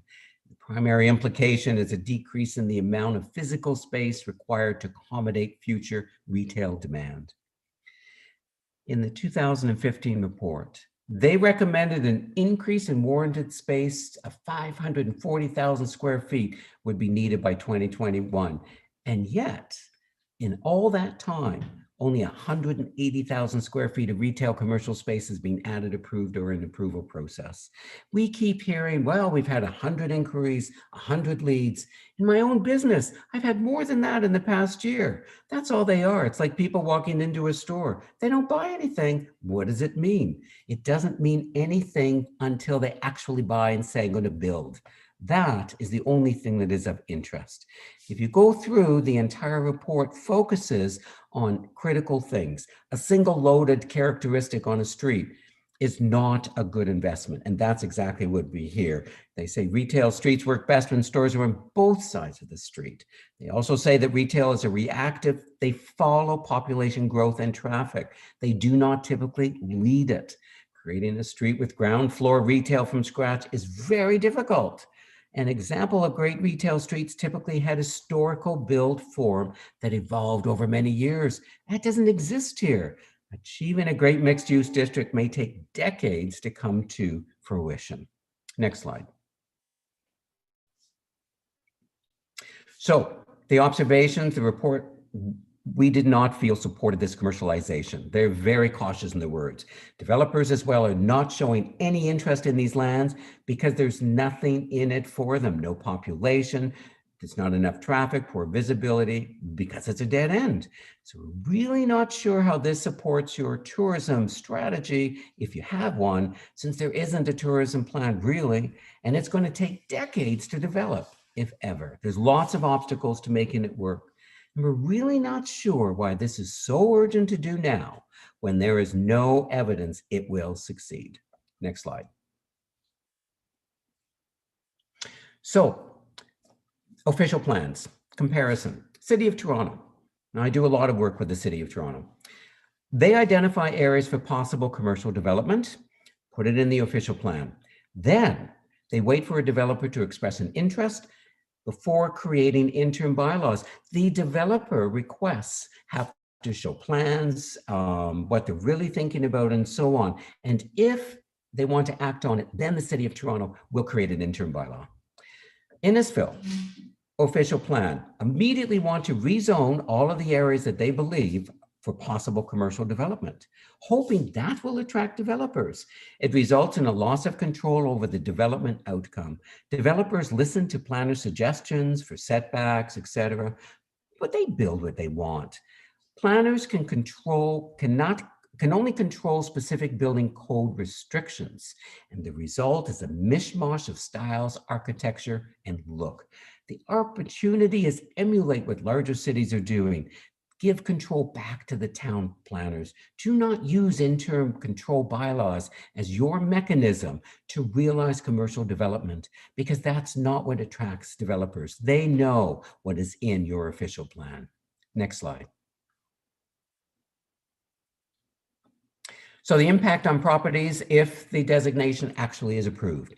Devaluation of property values, we have had this confirmed from several different realtors because residents don't want these houses because they don't want the possibility of commerce being beside them. Developers don't want it because there's no value in doing it. It's a dead-end street. Owners will, as a result, demand a reduction in their property taxes. The land will revert into a ghetto of old, rundown houses. Has a negative impact as well in the surrounding area. In the designated area, there is a corner house, Lakeland and Innisfil Beach Roads. It's been for sale for 3 months. They've tried several other times. There seems to be no interest from a commercial developer in that house. Just because you have a vision of what you'd ideally like to see, and we've seen all those beautiful pictures, it doesn't mean it'll become a reality. I know that Tyler Martino would love to see restaurants. Everybody would. That's a dream. If there are no developers who want this land, why ruin the area? Because you have a dream. Next slide. So enough is enough. Stop pursuing the downtown Alcona extended commercial development plan. Fix downtown Alcona along Innisfil Beach Road, west of 25 Side Road. Create something that tourists will want to visit. Spread your planning efforts to benefit other Innisfil communities, Stroud, Cookstown, Churchill, Thornton, Lefroy. Recognize that money you've spent in this pursuit is not helping Innisfil's revenues. Cancel this interim bylaw and focus on more important Innisfil and resident concerns. Thank you. Thank you, Mr. Stanley. Questions or comments for Mr. Stanley? I had one, Mr. Stanley, just that picture, a couple of pictures back of the garbage in that house. I couldn't recognize where that was.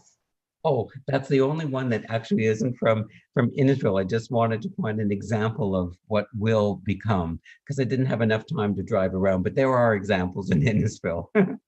Okay, and then just one other clarification, Mr. Stanley, Absolutely. Thornton is in ESSA, not Innisfil. Oh, apologies. Although it would be nice if you helped them, but okay. Anybody else have anything? Seeing none, so mover and a seconder to receive the delegation for information, Deputy Mayor Davidson and Councillor Orsatti. All those in favor? Those opposed? That is carried. Next is Sergio Navarrado and Alessandra Picion. I'm sorry if I'm not saying your name correctly. Welcome, and whenever you're we can ready. help you if you like. Thank you, please. Piccioni and Navarrete. Thank you, Piccioni. No worries. So who needs Netflix when you can have a Wednesday night Zoom town meeting? This is really exciting. Can you hear me? Can you guys, Yes, we can. You can, okay, good. Because I'm not able to start my video. So I'll just talk, that's okay. Oh, there we go. I got video.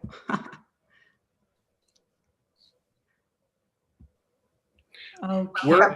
We're actually in the, we work in the cultural sectors in show business, but we can never follow up on that wonderful presentation by Mr. Stanley. I think he missed his calling. Anyway, I'd like to introduce us. We, Sergio and I have been living in Innisfil for the past 20 years. We're both business owners in the area. We're business owners in the cultural sector. We are a young family. We have an 8-year-old son who attends school here. We have our extended family living here. We own multiple properties, businesses. We have young nephews who live, work, and go to school here as well. I love Innisfil because of its natural beauty. It's well located. There's easy access to the 400 and the GO and Toronto. And now one of the side effects of COVID-19 is that we can work anywhere.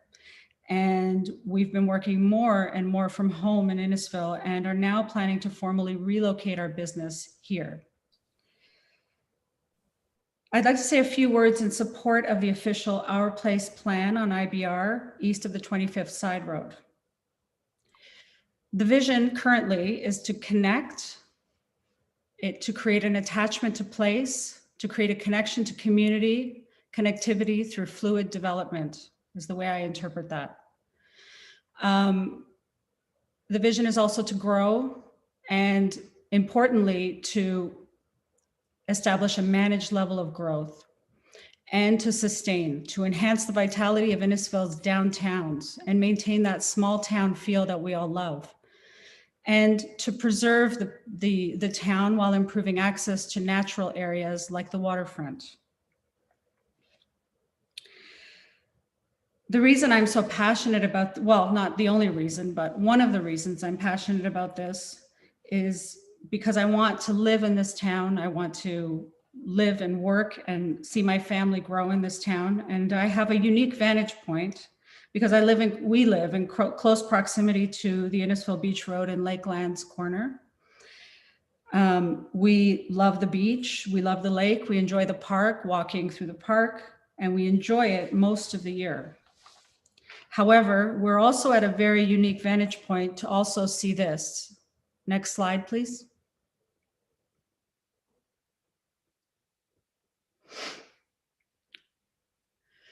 The current reality of Innisfil Beach Road and Lakelands Avenue.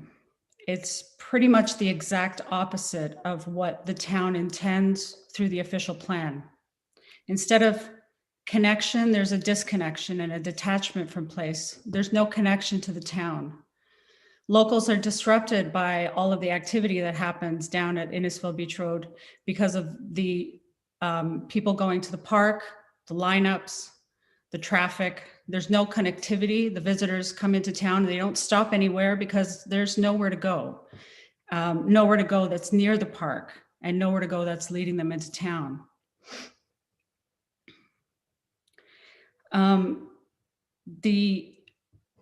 There's no growth because of this. And we see very little economic growth. And it's not sustainable because Innisfil's vision for downtown is not being enhanced, that Innisfil's downtown is not being enhanced. The small town community feel is being disrupted and access to the natural area is also being disrupted. I mean, this past summer, I know there have been arguments that, you know, to sort of solve this problem of chaos at Innisfil Beach Road and Lakelands. I've heard the argument to keep the park private, for example, but I think this past summer was a good example of making an attempt or an experiment to keep it private due to COVID-19, so that only locals were supposed to have access to the park. But I think we can all agree that experiment was not terribly successful. We literally had people picnicking on people's lawns and parking in people's driveways without permission. It was mayhem, and it wasn't really all that different from a normal year. So people are coming to the park. They are coming to the town. The cat is out of the bag.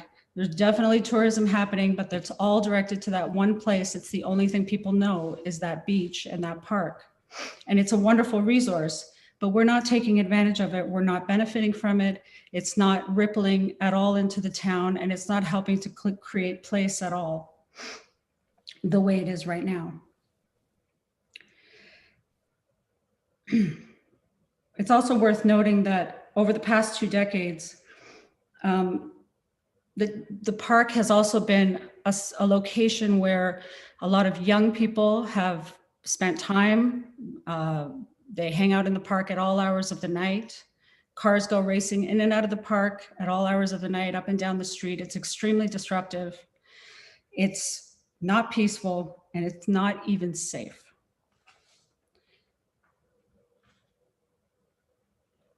Next slide, please.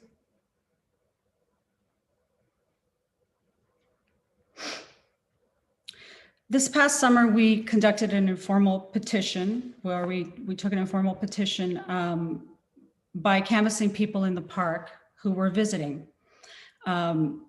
Many people were residents, 60% were residents. It was close to 100 signatures. I think we had 94 signatures. And they were overwhelmingly in favor of development. Now, I know it was a very informal petition and the wording was broad, but we pointed to the corner of where the development, where people would like to see development. And just to give it some context, there was definitely a clear understanding, and most people expressed a desire to see cafes and shops and just to have somewhere to walk to besides being in the park. Interestingly, these results are consistent with the survey that was recently done by the town. And I think it's clear that most people do want to see development at the park, at Innisfil Beach Road, close to the park. Next slide, please.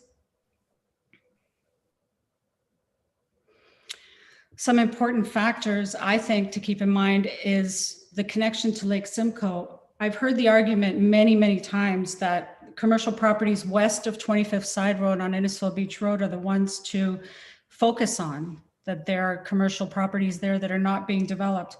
But I can't see how we can expect any development to meet the official plan's goals of connection, growth, and sustainability without access to the town's main attraction as it stands right now, which is the lake and the park. This development has the potential to create employment for youth, exciting opportunities for young people to grow with the community instead of having to leave town when they have to get their first job. It's an exciting opportunity for local businesses, entrepreneurs like us. Innisfil, as Dan Taylor illustrated earlier, is an innovation hub. It offers support for small businesses.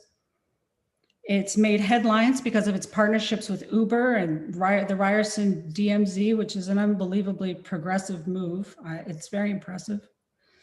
And the location is it's just such an exciting opportunity for entrepreneurs to capitalize on the tourism that's happening now, because it's not going to go away. It's just going to they're going to keep coming. The cat's out of the bag. People know, people are aware of this place, and they want to come and they want to find things to do.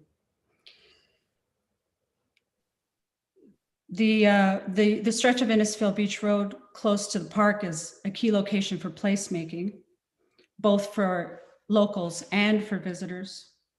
And I've heard some COVID-19 concerns as well, that development is not a great idea at this time because we don't know what's going to happen with COVID-19. But at the same time, this crisis has created an influx of people wanting to come to Innisfil, wanting to live in Innisfil, wanting to visit Innisfil. And my understanding is it's also the year of the staycation. So it's going to be we can make this more of a place that people can visit and benefit from that. Next slide, please.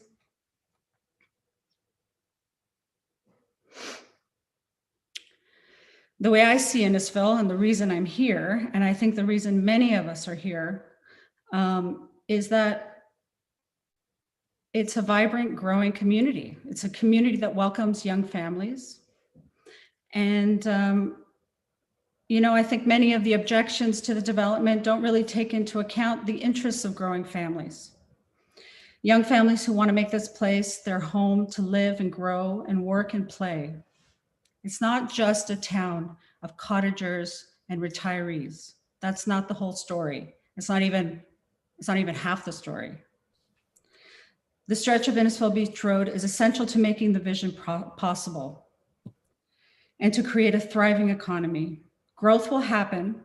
It's going to happen. It's provincially mandated to happen, but this is our chance right now to guide that progress intelligently and to create elegant development the way that we'd like to see it and to get ahead of it. The ICB doesn't mean immediate development, but it is a signal to our future and an indication of who we want to be. And if the survey that was done recently by the town is any indication at all, this town wants to see the Our Place official plan become a reality. Thank you. Thank you, Ms. Pachon. Any questions or comments from members of council? May I make some final remarks? Quickly, if you could, please, Mr. Neville. Yes, absolutely. It's hard to articulate how passionate I am about this because it's been 20 years in the making. I've attended as many meetings as I could over the years, and I'm super excited, and I applaud, town staff and all the visionaries and all the residents that have come forward throughout the years to advise on this plan. This is not something that just popped up overnight. This is something that is a collection of everything that many of the residents have been advocating for, which is really, amenities that we're really lacking right now. And I think I want to implore council to make a decision, because leadership is about making decisions, and you won't always please everybody. But we cannot allow kind of, an elitist point of view to dictate the future of our town. Thank you very much. Thank you very much. Questions, comments? Seeing none, the recommendation before you is to receive as information this presentation. Can I have a mover and a second? Excuse me, Councillor Eisses and Councillor Nicol, all those in favor? That is carried. Thank you very much. So that brings us to our agenda items. Our next on the agenda is our county council update and municipal associations update. And I would ask if any members have anything they'd like to bring forward. Deputy Mayor Davidson. Thank you, Worship. I'm going to keep it short due to the hour and what we have on our agenda tonight, and maybe in our next council meeting, I can bring up the speed on county council. Thank you. Oh, okay, but I think maybe Deputy Mayor, we might, there was one very important thing we might want to bring forward. It's, if you wanted to. Not really. Okay, so I will. So County Council approved the, supported the Innisfil MZO for the orbit and two other OPAs, one of them in Cookstown for the Paolini property and another one for the walk-up house. Those were also approved by County Council yesterday. Any other associations or anything anybody would like to bring forward this evening? Councillor Waters. Just quickly, that my thunder was already stolen by the CAO of the Lake Simcoe Conservation Authority, but Rob Baldwin is the new CAO of Lake Simcoe Conservation Authority. So I was just going to welcome him and let staff know and council know that he will be in charge as of January 1st, and I welcome him aboard. Thanks, Councillor Waters. It always seems your thunder gets stolen when it comes to LSRCA. That's probably partly my fault as well. I apologize. Anyone else? I had one quick public service announcement to make, and that is in regards to South Simcoe Police. The there's an opportunity currently for a representative from the town of Innisfil to join the Police Services Board. It's a 2-year term, I believe, or 4. I'm trying to remember now. I think it's a 4-year term, to be honest. And so it will go over the municipal election. So it is about a monthly meeting, and then some other duties from time to time.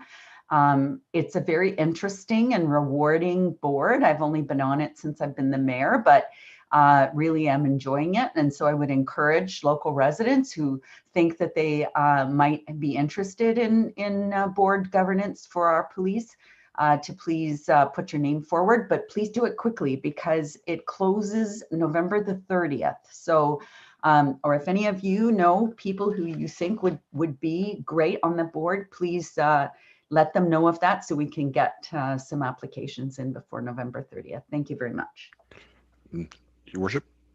Yes, Councillor Fowler. Just want to make note of something. That item B4 tonight is a report from the pitching committee. I just want to give a bit of a background on why we made the decision we did to cancel any continued attempts at a pitch-in day until next year. We had a lot of discussions regarding the matter. We were looking at every option, safety measure, every control we could put in place. And we were very, very close to actually putting something into motion until something happened down in the York region. There was a wedding. I'm pretty sure everyone's aware that there was 49 cases confirmed of COVID-19 from one single event.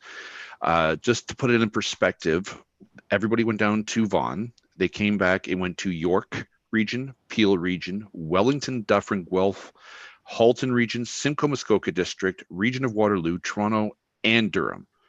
Now that was from one wedding where people were in a contained space. And because of that, it was just a final straw. We couldn't risk it because even with the best of intentions, if one group of people inadvertently congregate, unintentionally congregate, run into each other, it could turn into something a lot bigger. And this was the worst case scenario that we were trying to avoid. So until further notice, we're going to be meeting again in the new year to see what we can do, what the situation is, and how we can address the potential of having another pitch-in day next year. Thank you. Thank you, Councillor Fowler.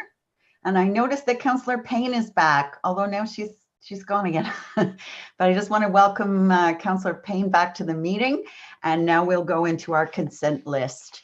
Unless there's any other updates from different boards, seeing none. So we'll go to the consent list. For those who are watching or who have not watched one of our council meetings before, all of our items are on the agenda, and it's posted about a week in advance, so people have the opportunity to read them. Welcome back, Councillor Payne. And what we do is the staff report all come with a staff recommendation. If council is okay with that staff recommendation and there's no discussion, we will, by a confirming bylaw, confirm all of those recommendations later on in the meeting. If people want to ask questions, make comments, or amend a recommendation, they can pull it and it'll go into committee of the whole where we can have full and fulsome debate on the item. So I'll start with item A1, the special council meeting minutes of October the 21st. A2, the special council meeting and InPower and Enterprise AGM minutes. A3, the council meeting minutes from October the 28th. Keep in mind that some of these items are from the November 11th meeting that we didn't complete. Special council meeting minutes from November the 4th. And special council meeting minutes from November the 11th. B1, the Innisfil Municipal Heritage Committee report from October the 8th. B2, the Innisfil Beach Park Ad Hoc Committee from October the 20th. Councillor Orsatti. Sorry, finding my mouse. Yes, please refer. referred by Councillor Orsatti to Committee of the Whole. B3, the School Zone Traffic Safety Advisory Committee from October the 20th. B4, the Pitch-In Committee report dated November the 5th. We've already heard from Councillor Fowler on that. B6, the Innisfil Accessibility Advisory Committee dated November the 10th. C1, the staff report regarding the COVID-19 response. This is our update number 6. Councillor Van Berkel. You want to refer that one, Councillor Van Berkel? Yes, thank you, Your Worship. I need an explanation on some stuff. Sure. Thank you. C2, the Innisfil Beach Road rezoning. Councillor Nicol. Refer, please. Refer. Okay. C3, the Friday Harbor Lease Extension Agreement. C4, the Innisfil Beach Road Voluntary Water and Sanitary Services costing. C5, the street naming for the registered plan of subdivision, 153 20th Side Road. C6, the housekeeping amendment to the emergency management program. C7, that would be the staff report 881 Mapleview Drive. Seeing none, and just to reiterate, that's the item that Councillor Ices had a conflict on. So then we have D1, the action tracking list update. D2, the economic development update. Councillor Waters. Yes, I'd like to refer it. I have a few questions. Bylaws, there were none received. Next, correspondence for action, F1.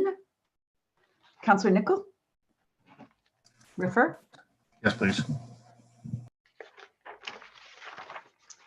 And then we have a number of correspondence for information. G1, In-Services Board of Directors meeting, the Innisfil Library Board meeting, a letter from the Ministry of Municipal Affairs and Housing.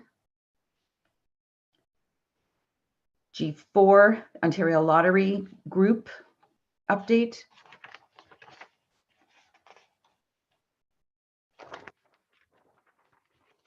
And that is it.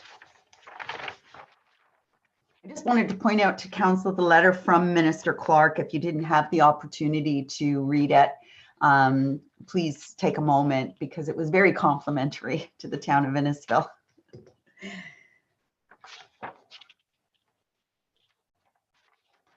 So we need a mover and a seconder as long as we're convinced that the items that are listed here match what everybody brought forward. Councillor Orsatti and Councillor Fowler, all those in favor? That's carried. So we'll go then to we'll move into Committee of the Whole, motion to resolve into committee. That would be Councillor Payne and Councillor Van Berkel, all those in favor? That is carried. And our first item is item B2, and that would be Councillor Orsatti. Thank you, Worship. Just bear with me while I just pull that up on my screen. Item B2, in regards to the park, recommendation number 3. I have an amended recommendation for that item, and my seconder will be Councillor Alex Waters because he sits on the Innisfil Beach Park. In the report, it states that staff will decide how far the resident-only on-street parking strategy will extend. And I would like to make a recommendation that staff bring a recommendation to council on how far the resident-only street parking strategy will extend. And the reason being that I think that staff bringing these recommendations back to council will give us an opportunity, especially as ward councillors, for those that impact our area, to be able to have some input on the recommendations from staff and all of council to just review those. Rather than getting in a decision where staff have made the decision, we haven't had the input, and then it comes back to us and we have to try and handle it afterwards. So my seconder on this amendment is Councillor Alex Waters. Thank you. So any discussion on the amendment? Seeing none, all those in favor of the amendment? And then could I ask the same mover and seconder for the motion as amended? Councillor Sadi and Councillor Waters? Yes. Okay, any questions on the entire motion now as amended? Seeing none, all those in favor? That's carried. Thank you, Councillor. Next is item C1, and that was the COVID response, and that was pulled by Councillor Bill Van Berkel. Thank you, Your Worship. Number 2 in the recommendation, that the consolidation of the capital project PLN 34 municipal identity and wayfinding signage program, PKS 345 Parks Road and End signage program be approved. I've had a couple of calls on this, and I actually, Ms. Jenkins explained it to me, but I'd like her to explain it, to our constituents, where that funding is coming from, because it's pretty hard to find in the binder in our budget. So if she could give us the explanation that she gave me, I think most people will be satisfied. Thank you, Ms. Jenkins. Through your worship to Councillor Van Berkel. Yes, our apologies. We didn't include the amount being transferred in the staff report. However, we are basically consolidating the remaining funds from PLN 34, which amounts to just over $6,000, and transferring that over to PKS 345. PLN 34, the Municipal Identity and Wayfinding Signage Program, has been an ongoing program for a number of years and dates back to at least 2012, if not earlier. We've been transitioning that program over and combining it with our Parks and Road End signage program, which started in 2019, just due to efficiencies and similar scopes of work. This will allow us to complete this project with better economies of scale by combining the budgets. So there is no financial impact with respect to additional funds being approved or anything like that. We're just basically moving funds from one project and consolidating them into another. Thank you. Thank you, Ms. Jenkins. Anything else, Councillor Van Berkel? No, that's all I wanted to know. Okay, Councillor Nicol.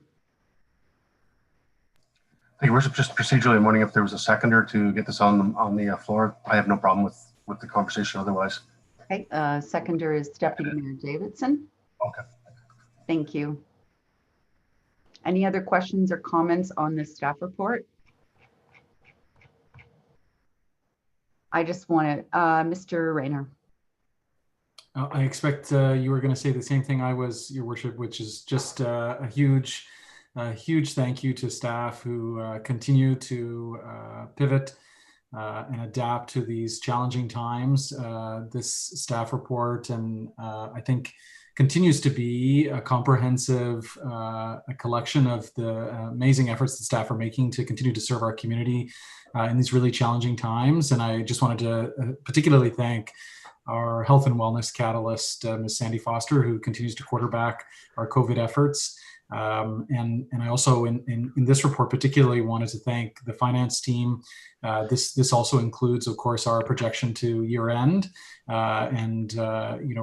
Thankfully, with the province's Safe Restart grant funding, it looks like we won't be in too bad a shape come the end of the year, which I think is great, particularly given the amount of fees that were waived and interest and the reduced revenues that didn't come in, of course, this year.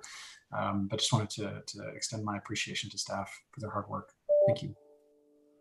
Thank you, Mr. Rayner. Well said. And it's unfortunate that the public can't see the amount of work that goes on with the all the staff throughout this COVID pandemic, and the fact that the goalposts keep moving. So every time we think we've got something nailed down, then something changes. But as a member of the board of the Simcoe Muskoka District Health Unit, I can tell you that Dr. Gardner and his staff are so impressed with the assistance that they get from our Health and Wellness Catalyst, from Ms. Foster, and also from our legal team, from Louise Verbosch, that helps with unraveling the language in all of the legislation that seems to change daily.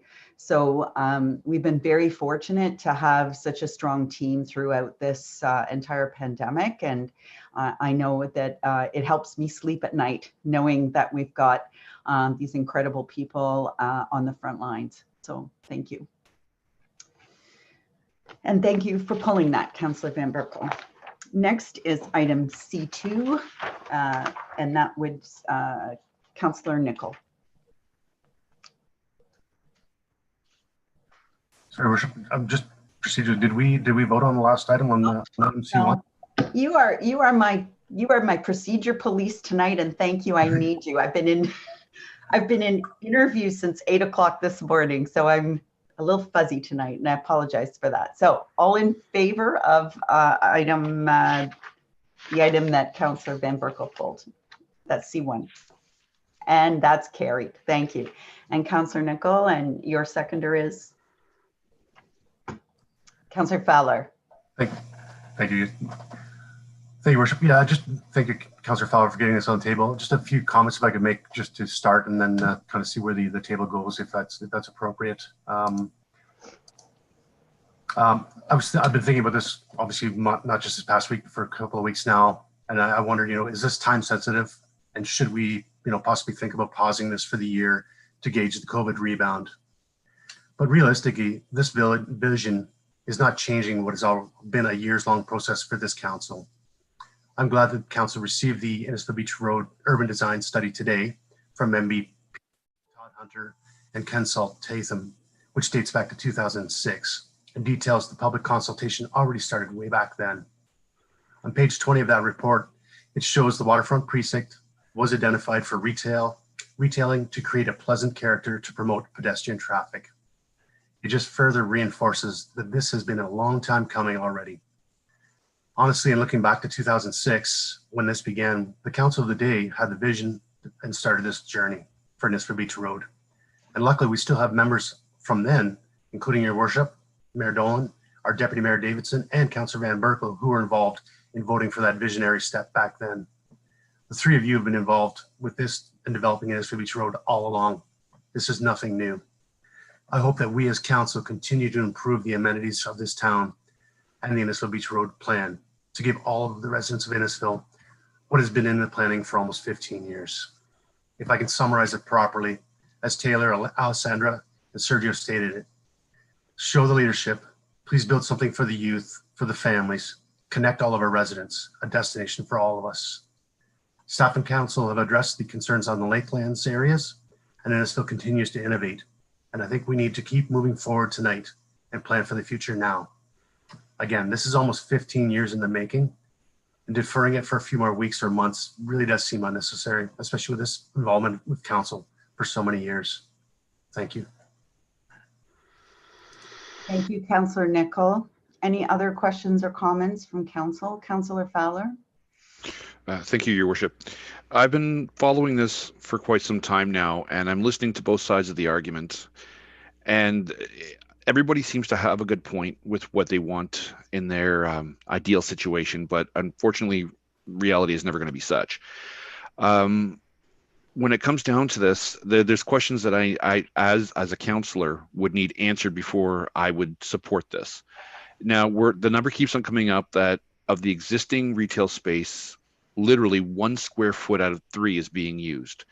So the idea that we have in place right now is not working as well as we would like it to. So expanding it down to the end, to Lakelands, to me, it just seems like we're just increasing the bubble where the plan we have isn't working. If we created a district, for example, where we designated the area as a place for restaurants, art galleries, coffee shops, make it something specific that we can control as council in town, so that we don't have, hypothetically, a laundromat beside a convenience store beside, a t-shirt shop.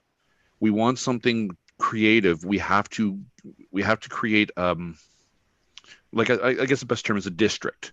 Make it specific to enhance the area, and we have to have that control. If we don't, right now, what I see in the plan is, let's open it up, we'll see what businesses come, what developers come, and that's not direction. That's just increasing the viable space when we are not using to our full capacity what we have already.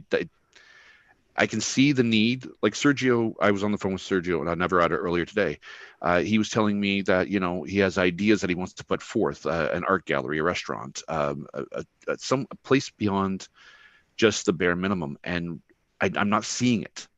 I see the vision. I don't see the implementation of it. And I don't see the control over it that we as council can reassure the public with. So, I mean, until we get a firmer grasp on this, I have to agree with Councillor Nicol, put it off a little bit. Let's refine it. Let's tweak it. Let's put it into a play that we can designate what will be there, as opposed to allowing people to come in and fill in an empty space, what they see as their best advantage. Thank you. So just a point of order, Councillor Fowler, you seconded the motion that's on the floor, so you probably don't want to do that if you're not supporting it. He wanted to pull it, so I supported him pulling it to open the discussion. Okay, so but if you're not going to vote in favor of it, you might want to get another seconder. Mr. Parkin? Your Worship, I believe there's no rule against voting as a seconder. Sometimes people tend to get a replacement if they feel that it's warranted, but I don't think there's a formal rule against that. Okay, you can't move it and vote against it, though. Is that right? I believe that one is right. More so that you shouldn't move a motion if you're going to vote against it. It's great. Contrary to the procedural rules, yes. Thank you. Councillor Nicol? It was just in response. Maybe I wasn't articulate enough. I was against deferring this any further. I think that this has already been years and years in the planning. I think that the nuts and bolts of this will come through. What it is just setting the parameters to get things rolling. It's no different than 25 years ago when Council of the Day decided to buy parts of the Innisfil Beach Park and started building that. They had to have the intestinal fortitude and the vision to begin the process. It's not about what exactly is going to be there. It's just about saying this area is going to be a commercial residential hub for the community going forward. So just if I wasn't quite clear, that wasn't my intent. I'm trying to say I would rather not defer this. If council has that will, then by all means let's defer it and let people absorb it a little bit longer. But again, we're talking 15 years in the making to get to this point. So that's my concerns. Thank you. Thank you. Councillor Van Berkel and then Deputy Mayor Davidson. Thank you, Your Worship. You're absolutely right. It's been in the making for a long time, Councillor Nichols, and I remember when it was first brought up. I have nothing against the development, absolutely nothing, because I think it's not going to happen overnight. And eventually, with the orbit coming and whatever else, that we're going to need something. A downtown, and this will be a big part of a downtown. So I really do believe it's going to, enhances, and it's going to all the studies that's been done and the deputations that we have, whether it's for or against 50-50, whether it's going to be utilized or not. I think it will be with the orbit coming. There's going to be, over the next few years, there's going to be 30-some thousand people moving into Innisfil, hopefully. And so I think we need a downtown. My problem here is, more than anything, is that we looked at this 3 months ago and we deferred it till next May. Why do we bring this back now? This is almost like, council has nothing to say here. Whatever we set, we defer it for, 8-9 months or a year. We bring it back in 3 months. Is it councillor driven? Is it staff driven? Is it development driven? I don't know. I'm like, perception is 9/10 of anything we do. And this sure doesn't look like it's council driven. And I have a problem with that. As far as the project itself, I don't have a problem with, because I do believe, that we need to enhance that part of the town. And we have given the concessions to where we said we'll leave, the lakeshore alone, which was a big thorn in my side, but that's been done. So if this would have come back in February or March, I would have had absolutely no problem with it, because I would have felt this is what council wanted to do. But right now, I don't feel that way. Mr. Kane, did you want to speak to why it came forward now? Yes, thanks, Your Worship. And just to clarify more than anything, so the August resolution of council to extend the interim control bylaw by a year, that's essentially a standard planning practice, not just in Innisfil, but across many municipalities, and it comes from its roots in the Planning Act. So, the legislation says that you can extend interim control bylaws for up to a year, and that tends to be the default practice. And then what follows from that is, the year is to give time for that process and to try and respond to any feedback and research along the way. If you can do that sooner, that's the preference in many cases for interim control bylaws, is that it's a pretty blunt tool. So you want to leave people, you want to give people certainty sooner rather than later. You don't want to leave people hanging any longer than you have to. The idea is to hit the pause button, but not be afraid to unpause or to press play again, once that research and once that background study has been done. So that renewal in August was done, in standard practice, as a default 1-year extension. It wasn't to suggest, and I apologize for any confusion, it wasn't to suggest that council wouldn't be considering it for a year. The idea is to, deal with these matters sooner, particularly when it's of community interest and when people don't know if they're zoned residential or commercial. So, thankfully for the hard work for staff and guidance, we've been able to come to council sooner rather than later so that we can get a decision, hopefully for those residents sooner rather than later. Thank you. Thank you, Mr. Kane. Deputy Mayor Davidson. Thank you. Currently, I just need there's one question I'm going to ask, and that is, wasn't there a survey that was ended as of today? And council, if it did end today, council hasn't seen the results of that survey. We seem to refer to surveys when certain times when we need them, and other times we tend to ignore them. The other thing, I had a business person call me this past week. They've got a 900 square foot spot they're renting for $3,500 a month approximately. Their taxes are $6,000 a year. They checked the building next door, which is 2 stories, has dentist office, lawyer's office, DMZ in it, I guess. And they're only paying $17,000. And also this year, one thing that's happening in the small business world, Premier Ford has spoken about it, is the COVID insurance addition being added to so many small businesses right now. And we're not talking at 10%, we're talking 50 and 100% increases in insurances. And they're saying it's COVID related. I'll give you an example. Mine was $12,000 a year and it was going to $20,000 a year. And I said, why? COVID related was the only answer I could get. It's all COVID related. I fought, I got it changed. However, my insurance, I'm only open half the time, half the staff, half the revenue, but none of that was taken into consideration. And Mr. Ford has said many times to the insurance company, knock it off, and they're totally ignoring him. So no business is going to open in Innisfil. Once you want to open a restaurant with a license next to the water, your insurance will probably be 30, 40,000 a year, plus your rent and leaseholds. Trust me, they're not going to make it. We're not coming out of this economy for a few years. I don't think there's a rush. I think it's a great idea maybe for that area. I just think it's premature. We need to slow down and listen to the people first. They're the ones who live there, and they're the ones that are going to have to deal with the problems. Thank you. Hi, Mr. Pierce. Did you want to answer the question about the survey? And I apologize. I did have a note that I was supposed to go to you to show the results of the survey, and I was remiss. It's all right. I'm happy to present them if it would benefit the discussion. If I could share my screen, I have 3 slides. It's very brief. Don't have permission yet.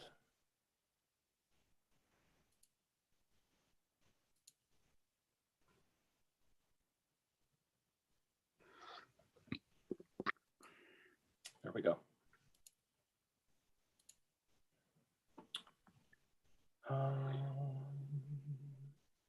Can everyone see the first slide with 2 images on there? Thank you. So with the approval of the ICB in May 2019, staff have been carrying forward work to undertake studies and communicate with the public in preparing a replacement zoning. Since 2019, we've met with residents, provided public engagement opportunities, and undertaken studies and prepared a recommendation. Part of this process is preparing and sharing new visual materials with further feedback solicited from engaged residents for the benefit of council's deliberation on the matter. The following is a brief overview with a fuller summary of results already made available on Get Involved Innisfil and to the public. As a quick overview of who participated, nearly 120 respondents provided their input, representing various areas of the town within relation to the subject lands. Staff suggests the responses reflect the positions, I should say, of our most engaged residents on this issue. Staff note the majority of responses came in shortly after the survey was published. The survey shows a majority of supportive responses for the visualized zoning bylaw than unsupportive ones. And I've very briefly compressed the information into one sheet. We asked residents to respond to statements on the suitability of shops in this location, willingness to frequent shops along the street, whether changes would result in a more desirable street, the appearance of safety and comfort in the visualizations, particularly in the evening, and whether or not they considered it to enhance the character of Innisfil Beach Road. So the values on the side that you're seeing here are those respondents who said that they definitely agreed or they partially agreed. And if I could take just another moment to add some additional insight, digging further into the data reveals substantially increased support for the statements when we looked at Alcona residents who weren't immediately within walking distance of the park, with values ranging between 70 and 84% support. And with that, I'll stop my share. Thank you. Deputy Mayor Davidson, follow up?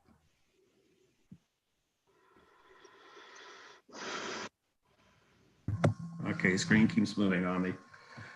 First of all, okay, I see your survey was very dense. 118 respondents that you say were done. It's a very small percentage of the population in the area. It should be closer to 400 people for every 1,000 to carry a 99% statistical certainty. This was brought to my attention.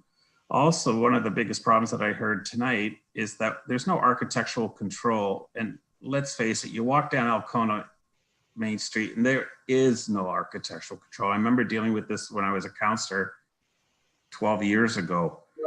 Tried to bring it in and it just didn't fly. If you're going to have this vision, I think it's definite that architectural controls be brought in and that council has to stay, not staff. Council is the one that has to deal with the residents as we move forward in this. And right now, as Councillor Van Berkel said, is this staff driven or is this council driven? And I feel like it's being staff driven. I would like to see this survey, let the public see it, have time to think about it. If the survey they feel represents enough people, which my own feeling is it doesn't. So my point is that I appreciate you putting the survey up there tonight, which closed at 5 o'clock today, I think. So I'm not against it. I just think we're rushing this a little bit too much, and we need some time for our residents who are going to live there and enjoy it to have thoughts and then get back to council on it. Thank you.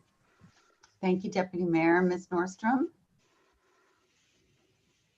Yes, thank you, Your Worship, to Deputy Mayor's questions and points in terms of architectural control.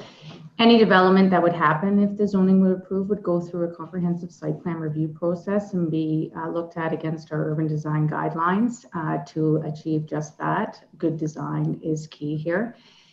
As well, in terms of the input from the public, the survey that was posted in advance of the agenda going live, that survey just represents one of many forms of engagement that have been happening since May of 2019. There's been other surveys and open forums on Get Involved.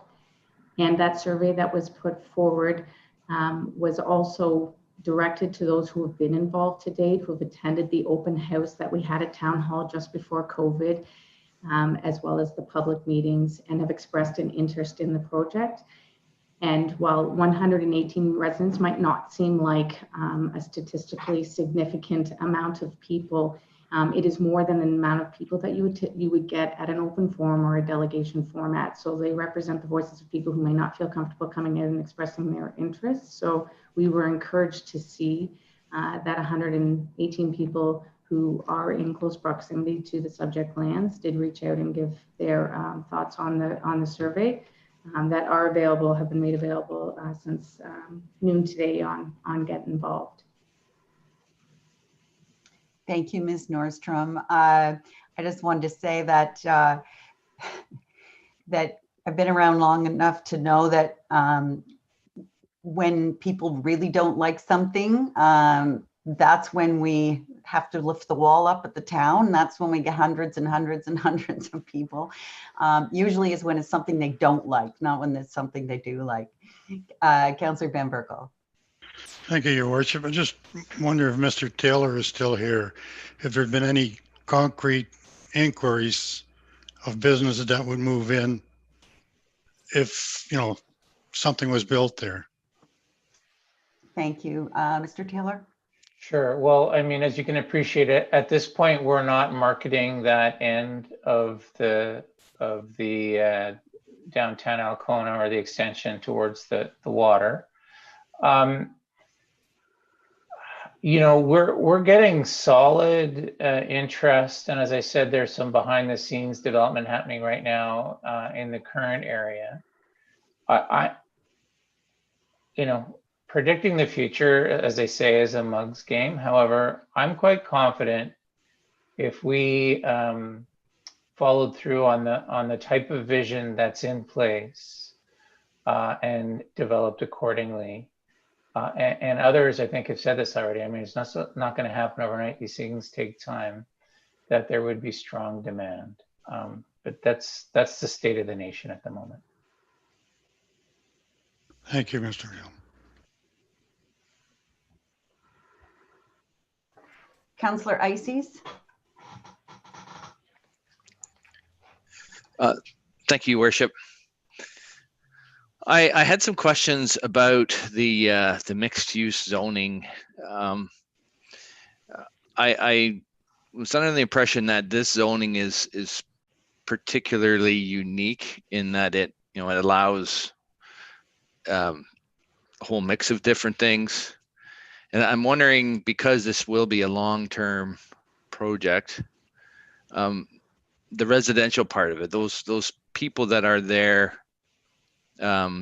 living in their homes, how does that affect them in how they would their property taxes change? Would there be different restrictions on them being able to build a deck on their house? And so maybe some of I could get some answers on the zoning that's proposed. Sure, absolutely. Ms. Nordstrom? Yes, so the proposed uses are quite a way set back from the existing residential that's there. And in terms of the existing residential within the subject lands itself, there wouldn't be any tax implications on the on that until there's building permits. Is generally how MPAC has been assessing tax rates, but in terms of the residential uses that are within the subject lands, those residential uses can continue. And the effect of the zoning would be to provide certainty for those mix of residential and commercial uses that the OP is seeking for those lands. So if we as council approve this change in zoning and the market conditions are such that there's no demand, nothing changes, those residents that are there can just continue to live as they always have. Yep, through your worship, to Councillor Ices, yes. Residents can continue to maintain their properties and live in their residential properties so long as they choose to do so. And just follow up, is that different than the areas west of 25th on Innisfil Beach Road, as far as zoning, and there are some residential houses there, but there are fewer. But yeah, through your worship. So the zoning being proposed here has been tailored to capture the uniqueness of this the subject lands and their locational uniqueness. But certainly anywhere along Innisfil Beach Road where there are existing residential uses, they would continue to be permitted as like legal non-conforming uses. So they would continue to be grandfathered under those same principles. okay, thank you. Thank you. Councillor Payne.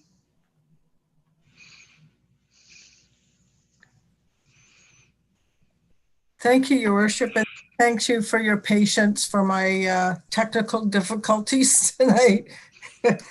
I think my blood pressure's gone down to 103. All's well. Anyway, just about the park. Number one, about the survey. Is the survey only going to the residents in that area? And if so, why not all of Alcona and all the way down to Sandy Cove even, to get people's opinions? Because I know of many Sandy Covers that go down there and would absolutely love, including myself, a place that I could go to, have a nice lunch, buy some nice clothes or a pair of shoes or something in a nice boutique that's unique, instead of having to drive all the way to Orillia. That would be amazing. So it's not just about, and I know the people live in their homes and whatever, and that's where they want to stay, and hopefully they can continue to stay, maybe in the new apartment. But it's about what Innisfil has to offer. And people are saying, well, there's not going to be any outsiders. I totally disagree with that, because I know that if we go to Orillia, I'm sure that people in Bradford or anywhere else in the surrounding area will come. And like the whole, I think that statement is build it and they will come. And it's so true.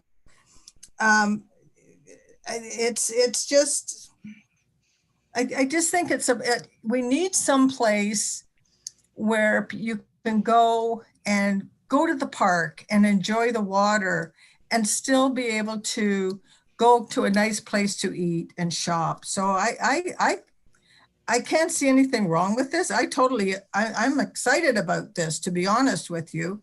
And I really think that this will work.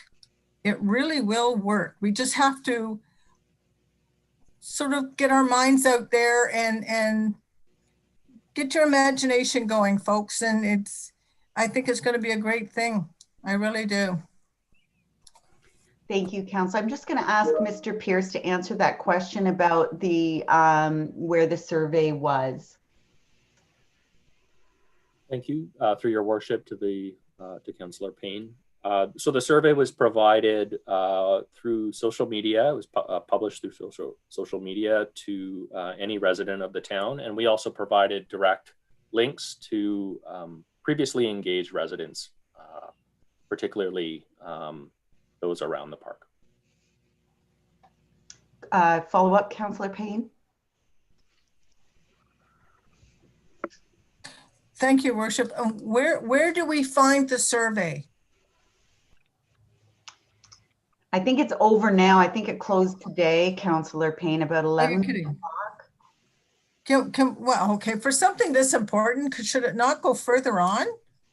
I'll leave it to either Ms. Nordstrom or Mr. Pierce to answer that.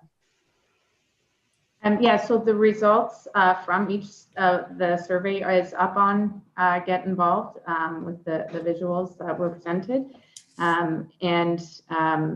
as well, those visuals were shared with the focus group from representatives from the local real estate and building communities. So it was available for almost 2 weeks online, and so with the results that we received, those are the ones that we were able to post today and provide with live up-to-date feedback since this has started back in May of 2019. Follow up, Councillor Payne. Oh, you're on mute now, Councillor. Okay. Unfortunately, we don't have a really good newspaper anymore, and there's a lot of seniors in Innisfil that are technically, well, not really great at the computers and whatnot, including myself. So it's really difficult for them to get that information, but if you're going by the internet, you're not getting a lot of the people that would be using the park. I would think, because I know the seniors wouldn't know where to look. And it's the seniors here in this area anyway, that really enjoy going to the park and even going picnicking and swimming and walking. So 2 weeks really isn't a long time. I kind of wish it had been a little longer, because I think you would have got a lot more people. But thank you, that's just my comment. Thanks, Councillor Payne. We can take that back to communications, and perhaps they can come up with some new strategies, particularly for Sandy Cove. Councillor Waters. Thank you, Your Worship. I just want to make a bunch of points. First of all, is that when I was talking to Councillor Rosati this afternoon, she informed me that she did an informal survey of the people who live along Innisfil Beach Road between the 25th and the beach. And she said she found out that most of the people there are renters. So those lands, the people who are living along there are renting. They're not the owners. That would suggest to me that most of the people bought those properties as investment properties and who are just waiting for the town to say, move ahead so they can sell the properties off to developers to do, I think, what is a creative and a wonderful opportunity for the town. Second point is that, we ask staff to do a survey. They do a survey and then comes back, says that's not enough in terms of the number of people. So we have 100 and odd people who were in favor. 70% of them said they were in favor of this development because they want to be able to walk down to the neighborhood. Then we also had the informal survey that was done by Sergio and his group of 100 people, who majority of people said they would love to have that type of economic opportunity along that strip. So we have lots of people for this. We have 3 people on Lakelands who are against it because they want to protect their private little gnome that they have on Lakelands. the other thing is that they portrayed this as strictly a tourist strategy. I don't see that at all. I see it as a tourist strategy. I see it as an economic development strategy, and I see it as a placemaking opportunity for the community. This is something the community wants. They talk about lack of traffic because it's a dead end. Well, a good majority of people get to the park, they walk down there. I walk along that all the time, and you always see families in their strollers walking. You know, I'm walking away from the park because I'm coming in from the other end, but they're walking to the park. So the traffic is not only vehicle traffic, but it's also pedestrian traffic in terms of how people get there now. And during the summertime, now that we've pushed a lot of that parking out, are walking down into Innisfil Beach Park. So there's lots of traffic in that area that we whine that, you know, we have these visitors who I guess aren't really tourists, according to some of the comments earlier, that that they don't spend any money. Well, they don't spend any money because there's nothing there. They have to walk all the way back out to the 25th in order to spend their money. So they're not going to walk that far. So having that economic zone along there would increase the economic opportunities for businesses, for salaries, all that kind of stuff. So, you know, I see that as an economic driver of doing that. Plus, in terms of tourism, we have lots of tourism in Innisfil. We have Big Bay Point. Those people, you know, are above the average income, and they're looking for other places to go. I think they would come down. I think people from Barrie would then come down, as opposed to us going the opposite direction to get to downtown Barrie. They just spent millions of dollars on renovating their downtown, and here we are squabbling over, you know, a small section, the best section of Innisfil Beach Road to develop, because it has the beach, it has the park next to it, it has the beach, it has water activities, you know. So I think it's really quite important economically for that. So I think, you know, it's important that we go ahead with this, because I agree with Councillor Payne that you know, I was told one time that by one of Lakeland's residents that, you know, if I want a restaurant, I should go to Barrie. Well, I shouldn't have to go to Barrie. I should be able to walk from my home to go to a nice restaurant that's down there. And I think she agrees with me. And I think that what a more wonderful place to be able to sit across from nature with trees and people enjoying themselves than in that spot there. You know, the rebuttal on from some of the presentations that we had says that, you know, you need to have buildings on both sides. Well, you know, having the park across it is a wonderful viewing point.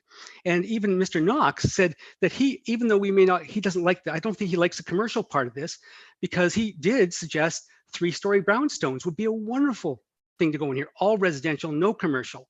Well, you know, it's higher density, which is good. It's residential, which is good. But now you're going to ask all those people to walk out of their beautiful brownstone condos to walk back to west of the 25th to go have a coffee, when you could be stepping outside across from the park. So I think there are so many positive things about this that we should go with the original intent. I had an email from past Councillor Boynton, and he said he voted for this along with Councillor Van Berkel and yourself and the Deputy Mayor years ago, and he doesn't understand why we haven't moved forward on this. And I was hoping to have him do a deputation tonight, but you know, it was a little too late to ask. So I'm most definitely for this. I think it's a wonderful opportunity, and I think it's an economic strategy, a tourism strategy, and a community place strategy. So, thank you. Thank you, Councillor. Councillor Orsatti, and then Councillor Van Berkel. Thank you. It's my head is spinning in a lot of different directions. So I'm going to start with, I see Councillor smiling because I know I can take a lot of airtime. I think no one, you know, has put more effort into the care and concern for this area than myself. When the interim control bylaw first came out, I believe we voted on it it came out a year ago and then had to come back in, what was it, August. And then we voted differently than how staff had recommended.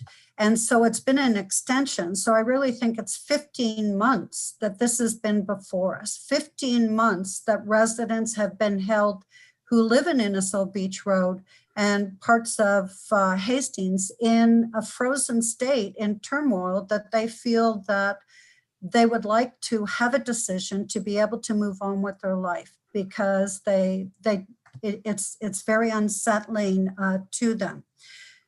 When this started, I went and knocked on every single door on Innisfil Beach Road. I took the literature on the interim control bylaw. I took my business card. I left notes on doors when I couldn't reach people, that, sharing the information. Please call me with your comments. I'd like to hear from you. Those that I did speak to, as Councillor Waters had said, many had told me that they don't own the house, they rent. And I said, I still would like to, their opinion matters. They're renting and they're living along there. I then went a little further along Lakelands. I went up, made sure that I did the whole back of Hastings on the north side. And some residents said, well, it doesn't impact me. And I said, well, it will, because this will be behind you. So I care about what you think about this. I had one resident who said, hey, include my house, show me the money, I'm gone. And the others who said that they didn't feel it impacted them. And then a couple that showed up for an open forum, they were involved in that. Their concern was access to one of the laneways, and they didn't seem to be concerned too much afterwards. And I left my card, I left my business card. I asked for the input, so I made that effort. I also listened to the residents, the Stanleys. They put together a very good argument and helping us in council to understand the impact that it made to those homes on the water. We listened. I campaigned for them. I fought for them. We agreed to remove their homes, those 5 homes on the water, from the interim control bylaw, and to put them back to residential. So we listened. But the petition, I went back on that petition that was signed, that they took all the time to get. I looked at that and I read the top of the petition. I believe there was 67 names, one was crossed out, so 66 had signed the petition. And that petition was to remove the 5 homes on the water and remove them off interim control bylaw. It was not about the mixed use downtown corridor or extension of the corridor. So it's probably going to be surprising to staff or to council and probably some residents, and I apologize if I'm going to disappoint them. But I've had a paradigm shift in my view on this. I took a stance before. I even was ready tonight to make a recommendation to defer this item, that we needed more time to think about it. But I thought about those residents that are living on Innisfil Beach Road that want that interim control lifted. They want a resolution, that we make a decision. If we think that this is a good idea to have a unique character place that our residents can shop in and experience, then it's something that we need to vote on. Councillor Van Berkel, I hear that you think that this is a good idea. When we got the email from Councillor Boyton, which I believe went to clerks and will be part of the document afterwards, I called him because we also received late today the Innisfil Beach Road Urban Design and Guideline Study. And I called him because he was on council back in 2007. And I asked him, could you please explain to me this and why you were so passionate about it and some details. He told me that there was, including council, 100 residents and council that got together. They separated in 4 groups. Residents put their ideas forward. They all 4 different groups, they all came back together, and all of their vision for the downtown corridor, both commercial and residential, they all matched. And they went from the 20th Side Road down to the lake. And they talked about condos and the rest of that. So you know, I thought that we needed more time to take a look at this, but I'm now looking at that this goes back to 2007. There was 100 groups, 100 people, 4 groups voting on that. There's been the other data. My husband and I'll just share, if I can just have a little bit more time, Your Worship, if that's okay, or do I need to hand over to someone else? Okay, so a couple of other things. I'll have some questions for staff as well, but I went out of town and went to Niagara-on-the-Lake. And when I was there for 2 days, I had a paradigm shift because I said to my husband, I love this. And I love going in these boutique shops and the cafes and the art galleries. That's what's described in this report for the characteristics and the uniqueness of this. In fact, it even has I looked at in this permitted uses, I was happy to see that staff listened to my recommendation, my concerns before. They removed taxi stands, they removed service centers, and they made it the unique things. They even reference in here that if unique characteristics that they would have, and also that if there was empty storefronts, they would work with our local artists in having displays set in those until the right fit tenants went in. And if you wanted to be in a condo in Innisfil, do you want to, and I'm not putting down another developer, do you want to be in one that's on Innisfil Beach Road facing Sobeys? Or do you want to be in one, I would love the opportunity, if I could afford it, to live in something near the park. I can't afford to live in the water, but I would like that experience. So I think that we've, I'm now looking that we have like about, 15 months into this. And, I do have a couple questions for staff, but I can let another councillor speak and then come back to this, Your Worship, but just allow me to collect my questions. Thank you. Thank you, Councillor. We are going to have to ask for a motion to extend past the hour of closure. It is 3 minutes to 10 o'clock. And then that's moved by Councillor Nicol and seconded by Councillor Waters. So we think that we still got 2 more items and at least. So we'll let this conversation go on just a little bit longer, but then we're going to have to call the vote because we still have a number of items to go to. So I'm going to say extend to 11, but hopefully we won't be here that long. All in favor of the extension? That's carried. Okay, Councillor Orsatti. Sorry, thank you. I thought you were going to let another councillor speak and then come back to me. Do you want me to continue on? I didn't see any other hands. So, oh, sorry. Yep, there are more hands. Here we go. Okay. I think it was Councillor Van Berkel was next.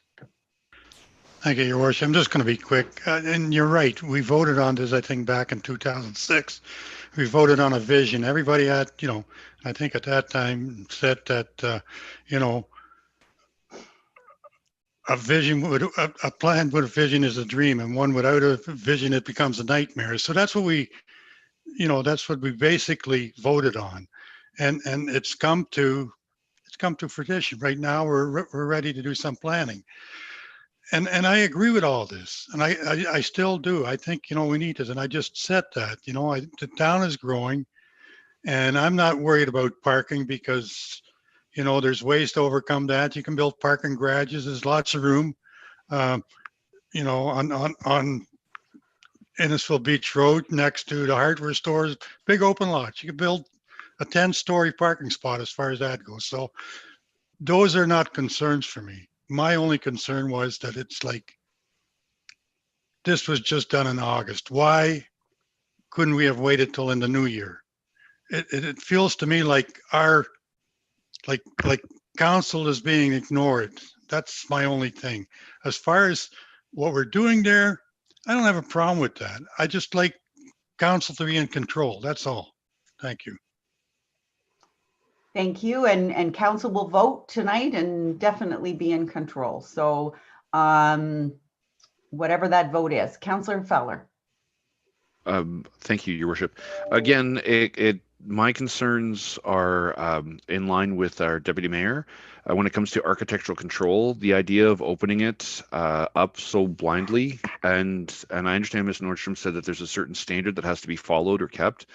But if we cannot have any sort of control over what the environment looks like or how it appears, the uniformity of it, it's going to turn into the Wild West. I just, you can't, it doesn't matter what's there. If you can make it look uniform, you can give it a theme, give it a direction, give it a purpose.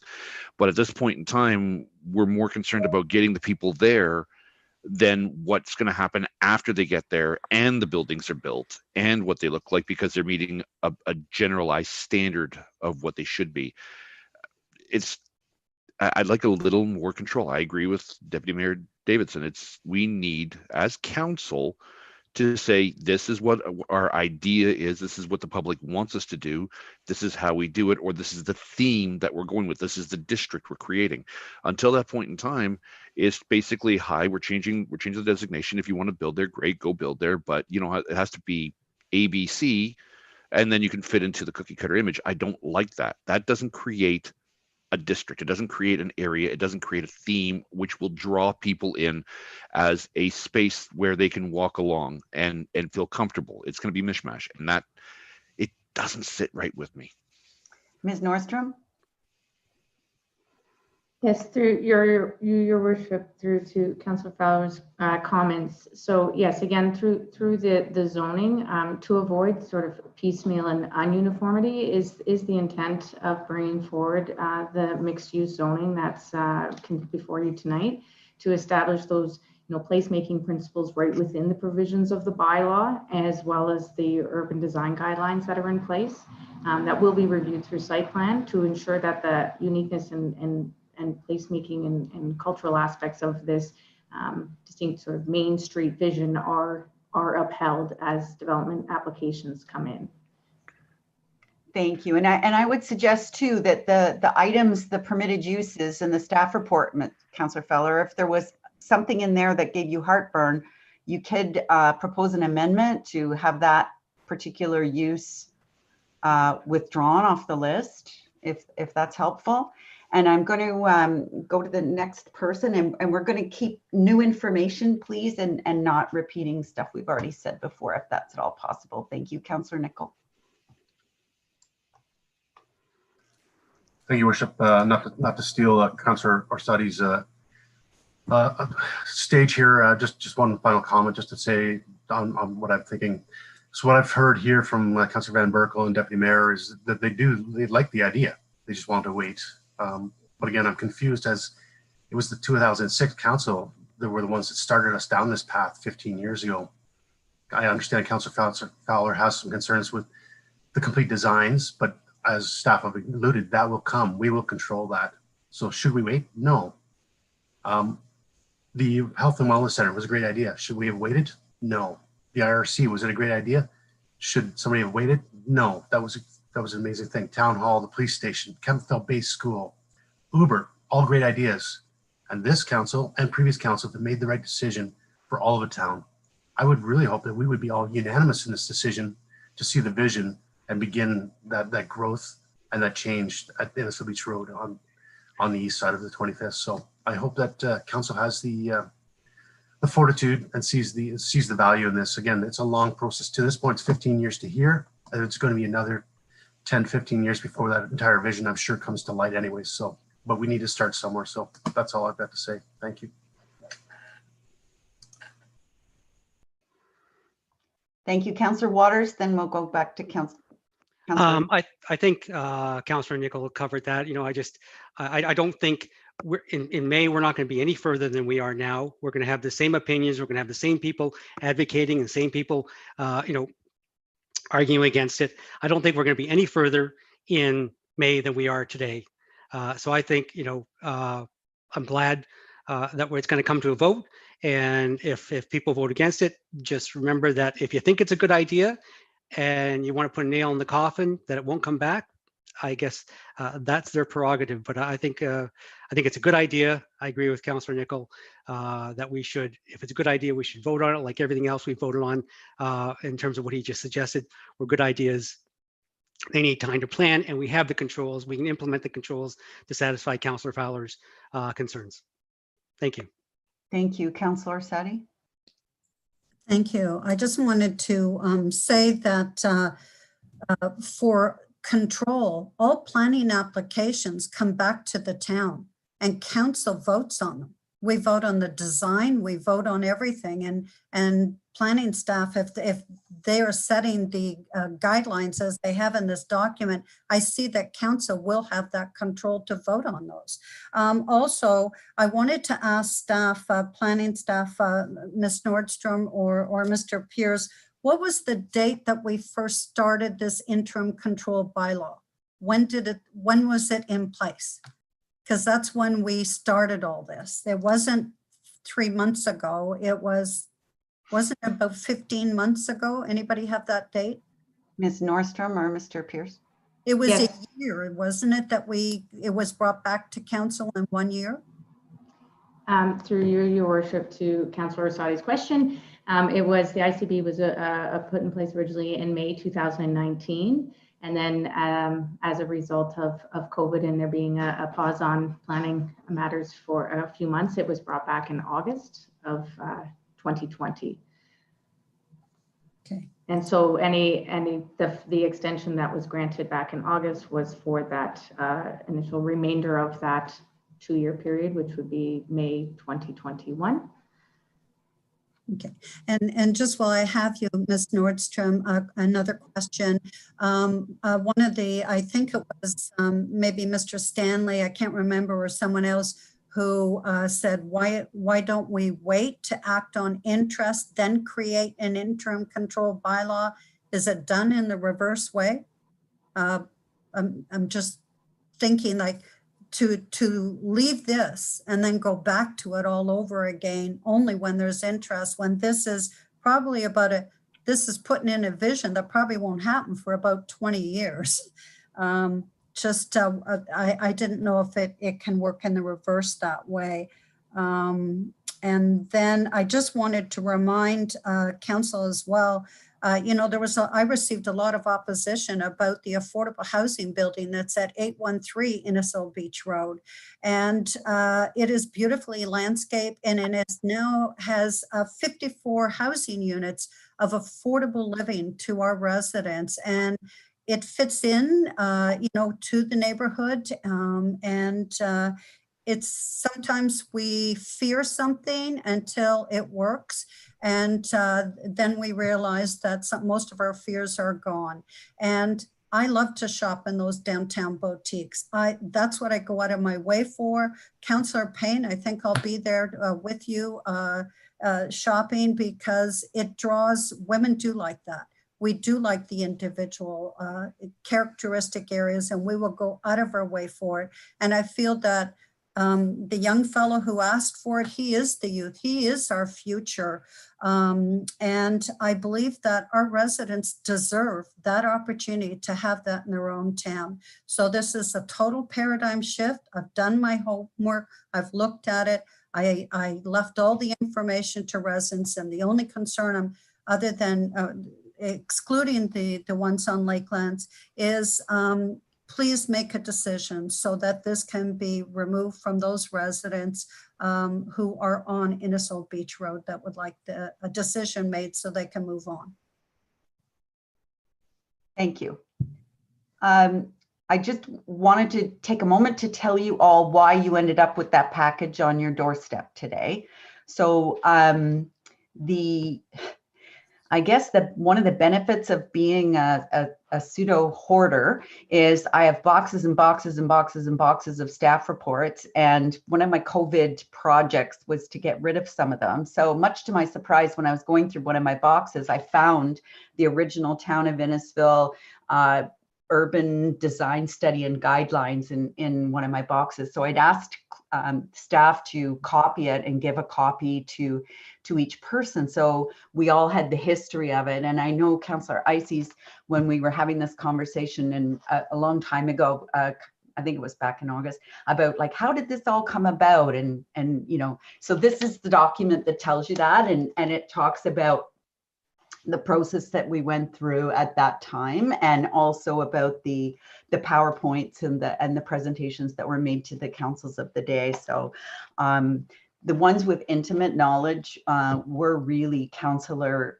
Pring from Ward 3 and Councillor Boyton from Ward 4, because they sat on all the steering committee groups. So they're the best ones to go to. But it was just so funny that when I was cleaning out drawers, I came across this document. And what was really funny is I think on about page 4, there's a picture of one of the big open houses that they had. And I'm quite certain that's a Mrs. Orsatti, long before she was ever Councillor Orsatti, at one of the open houses, which I thought was... I attended every open house, Your Worship. Yeah.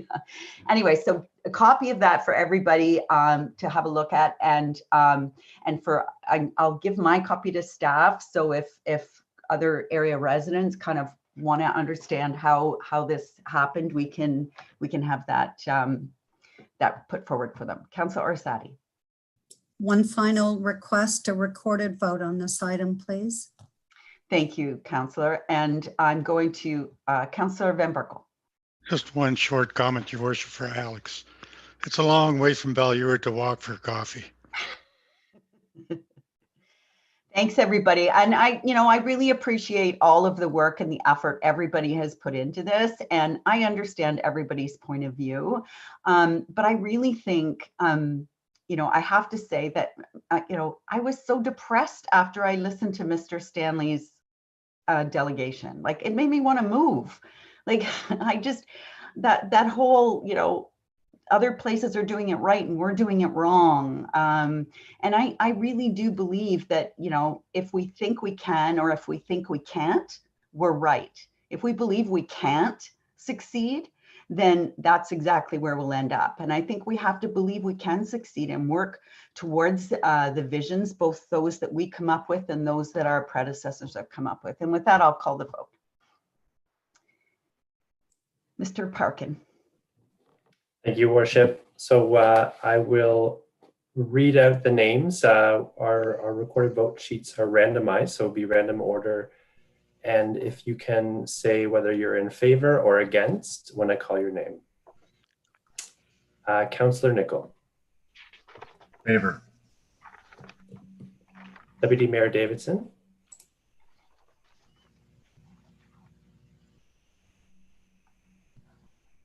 Sorry, you're muted. You did. Deputy Mayor, you're muted. Has to rethink. Okay. In favor. In favor. Councillor Orsatti. Representing 7,000 residents, in favor. Councillor Fowler.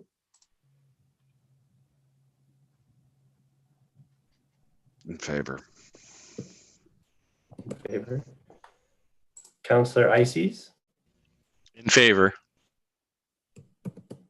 Mayor Dolan. In favor. Councillor Waters. In favor. Councillor Van Berkel. In favor. And Councillor Payne. In favor. That's unanimously carried. Carried. Thank you, everyone. The next item on our list was item D2, and it was brought forward by Councillor Waters. Thank you, Mayor. You caught me off guard there. I was so elated by the vote. I completely forgot what I was going to say. It had to do with the, I believe, D2, which is the economic development. And I just had a few questions concerning a couple of items, and they relate to historical conversations we've had. And one happens to be, oh, sorry, I guess, do I need a seconder? Yes. On this? Okay, thank you, Bill. One was on Innisfil Heights in terms of being an economic opportunity. The area was enlarged to allow us to have more opportunities to make it worthwhile connecting that area to a common water sewage system. And I have not heard anything for a while about the request from many councillors to look into alternative wastewater treatment systems. And I think Deputy Mayor was interested. I think Councillor Van Berkel and myself were interested in these alternative opportunities.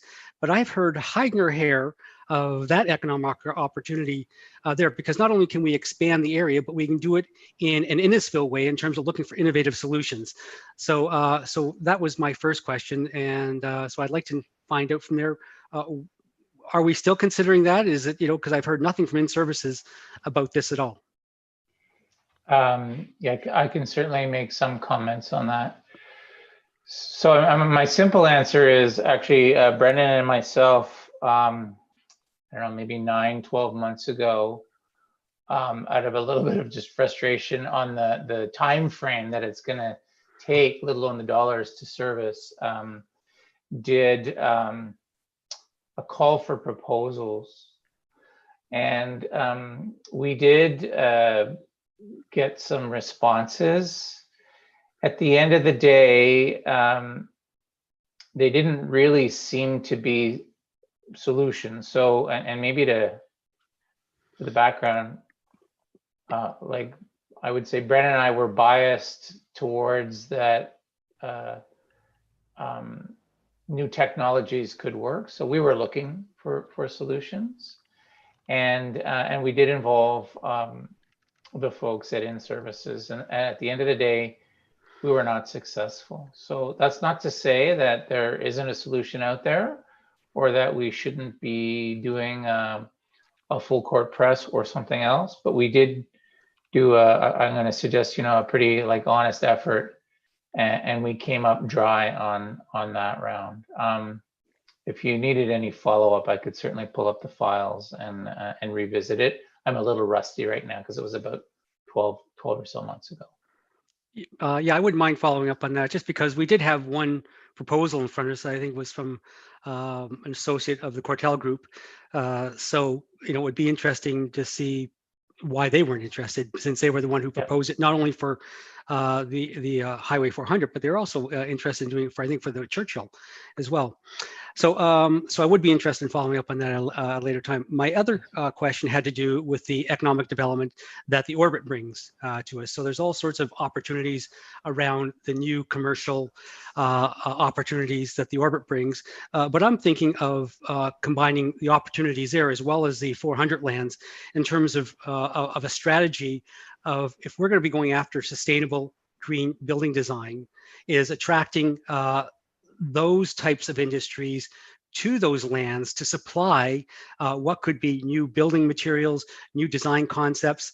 I know in Singapore, they built the first prefab, I think it was like a 60-story condo building.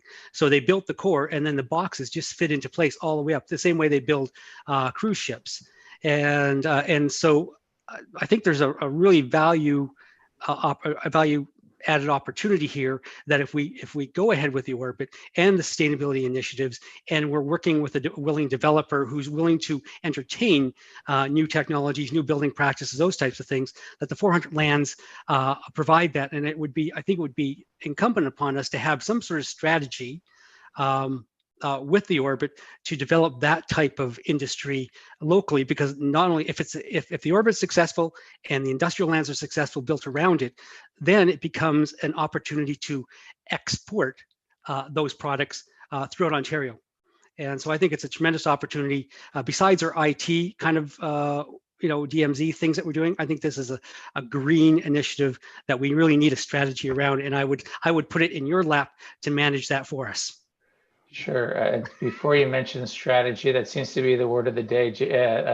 Our CEO may smile just because we had a meeting earlier today. So it's interesting. So we actually have an orbit meeting tomorrow, and one of the key themes in our discussions about the orbit is the concept of sustainability, defining it, tying it into the development, and giving it teeth.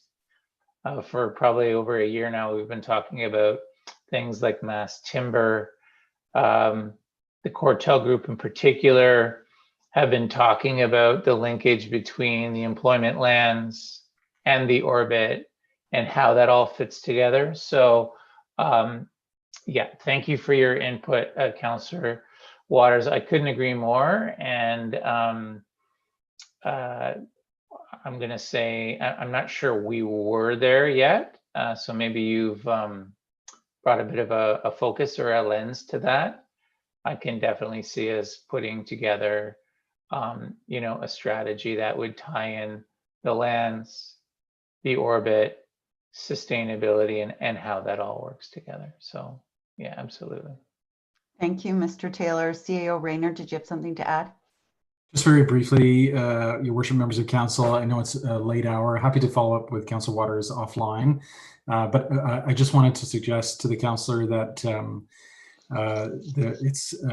it's an excuse, I guess, but it has been a global pandemic, and I would raise it tonight because as you prepare dutifully over the next few days for budget deliberations on Monday, this tension is a real one. And I want to encourage all council members to consider what is the want and the wish and the need. And I would argue, Councillor Waters, and agree with you, I know you and I have had a number of conversations, that the sustainability portfolio is a need, not a want. But it needs to be resourced and it needs to be provided with the resources to make it happen. And just want all of council to consider that as you pour over your budget binders and as we head into a 0% discussion on Monday. Thank you, worship members of the council. Thank you. Anything else, anyone? Seeing none, then I'll call the vote on that recommendation, which is to be received. All in favor? Opposed? That's carried. Next is item F1, and that was Councillor Nicol. Hey, Your Worship, Alex Waters is my seconder. Thank you. And just if I can speak to it real quickly. Go ahead. Sorry, thank you. Respectful of the time of the debate that we put in today, it's been, but it seems like a bit of heavy lifting already. I think the report itself is pretty much self-explanatory. It is somewhat time sensitive as well. And I did have a slight recommendation or revision that Councillor Waters agreed to that we actually give staff direction on where to send this if it's passed with the support of the rest of council. The backstory is that Councillor Waters brought this to my attention over a week ago, and truthfully, if we didn't respond, we as a town could lose our voice and the power to protect our residents based on science. The province's plan, as proposed, would divide all communities, and each of their independent actions could have a detrimental impact to all of us in the entire area, both up and downstream. Without a united effort with all watersheds from elected officials appointed by their respective councils, this province could be in some real trouble. Mayor Dolan also often reminds us to remember which hat we were wearing, what seat we're at. Are we just representing the town of Innisfil, or as directors of a conservation authority, are we protecting the entire watershed and all of our provincial neighbors? Bill 229, as written with Section 6, would take away the ability to plan properly. It would create more delays in the process, and ultimately would give decisions after failed appeals to the minister. I think we need to send a strong message that we need science-based decisions from the conservation authorities and to protect our residents, as this is a vital service that we need to keep as a nonpartisan decision. Thank you. Thank you, Councillor. Other questions or comments on the revised recommendation? I just need to ask the clerk, can we vote on that just in one piece? Yes, I believe they were putting it forward as a revised recommendation as initially moved and seconded, so I think that's okay. Thank you, Mr. Parkin. Questions or comments on this item? Seeing none, all those in favor? Those opposed? That is carried. Thank you, Councillor. So the rise recommendation now to return to council would be moved by Councillor Eisses and seconded by Councillor Fowler. All those in favor? That is carried. Next is consideration of all of the items that we, the resolutions that we passed, and that's moved by Councillor Nichols, seconded by Councillor Sadi. All those in favor? That is carried. Next, there's no notices of motion that I've been made aware of. I don't see any. Announcements, please. Councillor Fowler. Thank you, Your Worship. I'm not sure if everybody is aware. I've been pretty vocal over social media regarding an initiative I started in the beginning of November. As Movember started, as clear to see, I can't grow a stash or a goatee, but I've started an initiative to help support Child Lifeline Foundation. They help families in need when it comes to cancer and cost of medication, hospitals, the whole bit. Like, they're very, very well involved with the families for over 15 years now. I started out with a simple idea. If I raised $250, I shave my head. $500, I'd have my 9-year-old do it live on Facebook. And apparently, a lot of people want to see him shave my head because I'm up at 675. I have also had another friend challenge me, stating that if we reach 1,000, I lose the facial hair for the first time in a decade.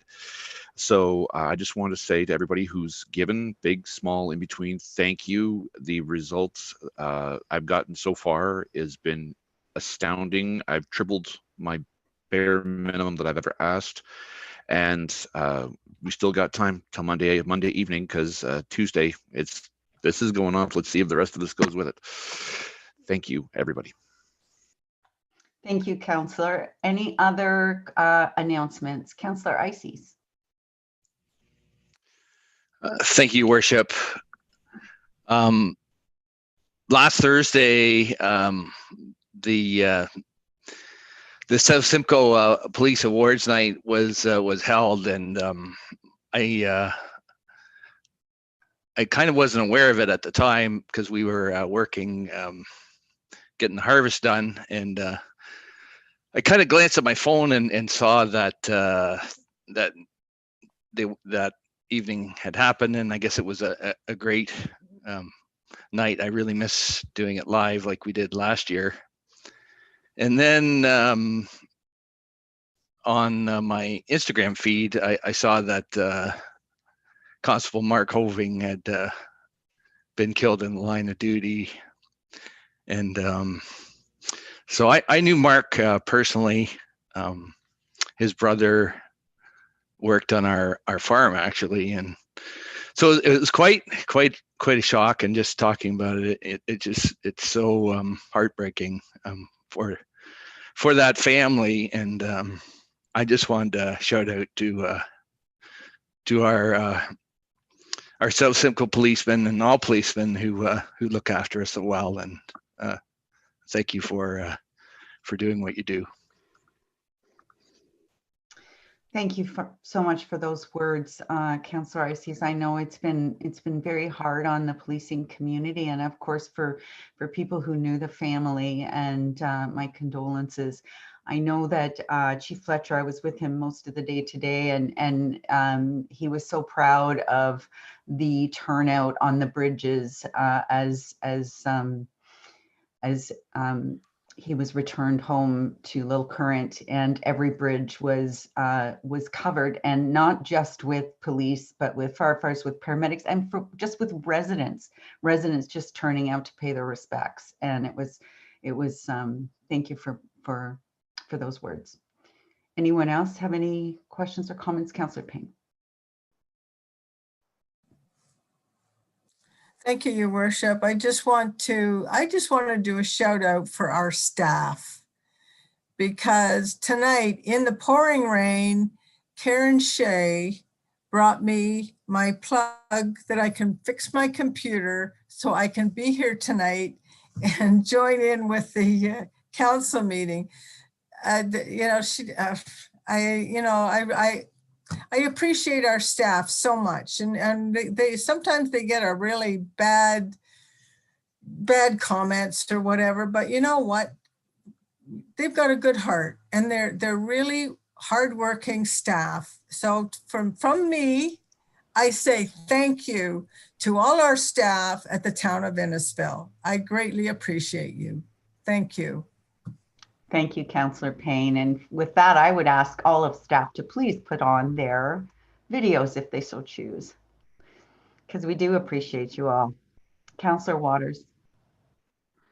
I want to thank the staff, but I want to say thank you to council for vigorous debate on the intern control bylaw. And I'm glad it came down to not a divided vote, but a unanimous vote for the future in Innisfil. So I want to congratulate you all for listening, arguing hard, but in the end coming together for a common vision for a better Innisfil. So thank you very much to all of you. Thank you. Mr. Rayner, do you have any announcements for the good of the corporation? No, thank you, Your Worship, members of council. We enjoy listening to the debate as well. And hopefully tonight clears up that you do direct the business of this corporation, despite the rumors. But this is a recorded vote, so I'm happy to remind anybody else who directs the corporation in the future. Thank you. Thank you so much. Did I see your hand, Councillor Asadi?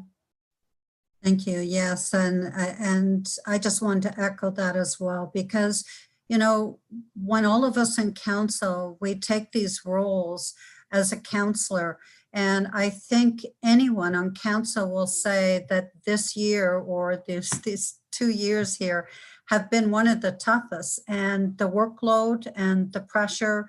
There's a lot of, pandemic fatigue, even for us all across. But we enter this because we want to make a difference in our community. We have to face sometimes not the popular decisions, but the decisions that we think will better our community for everyone in the future. And they're not taken lightly.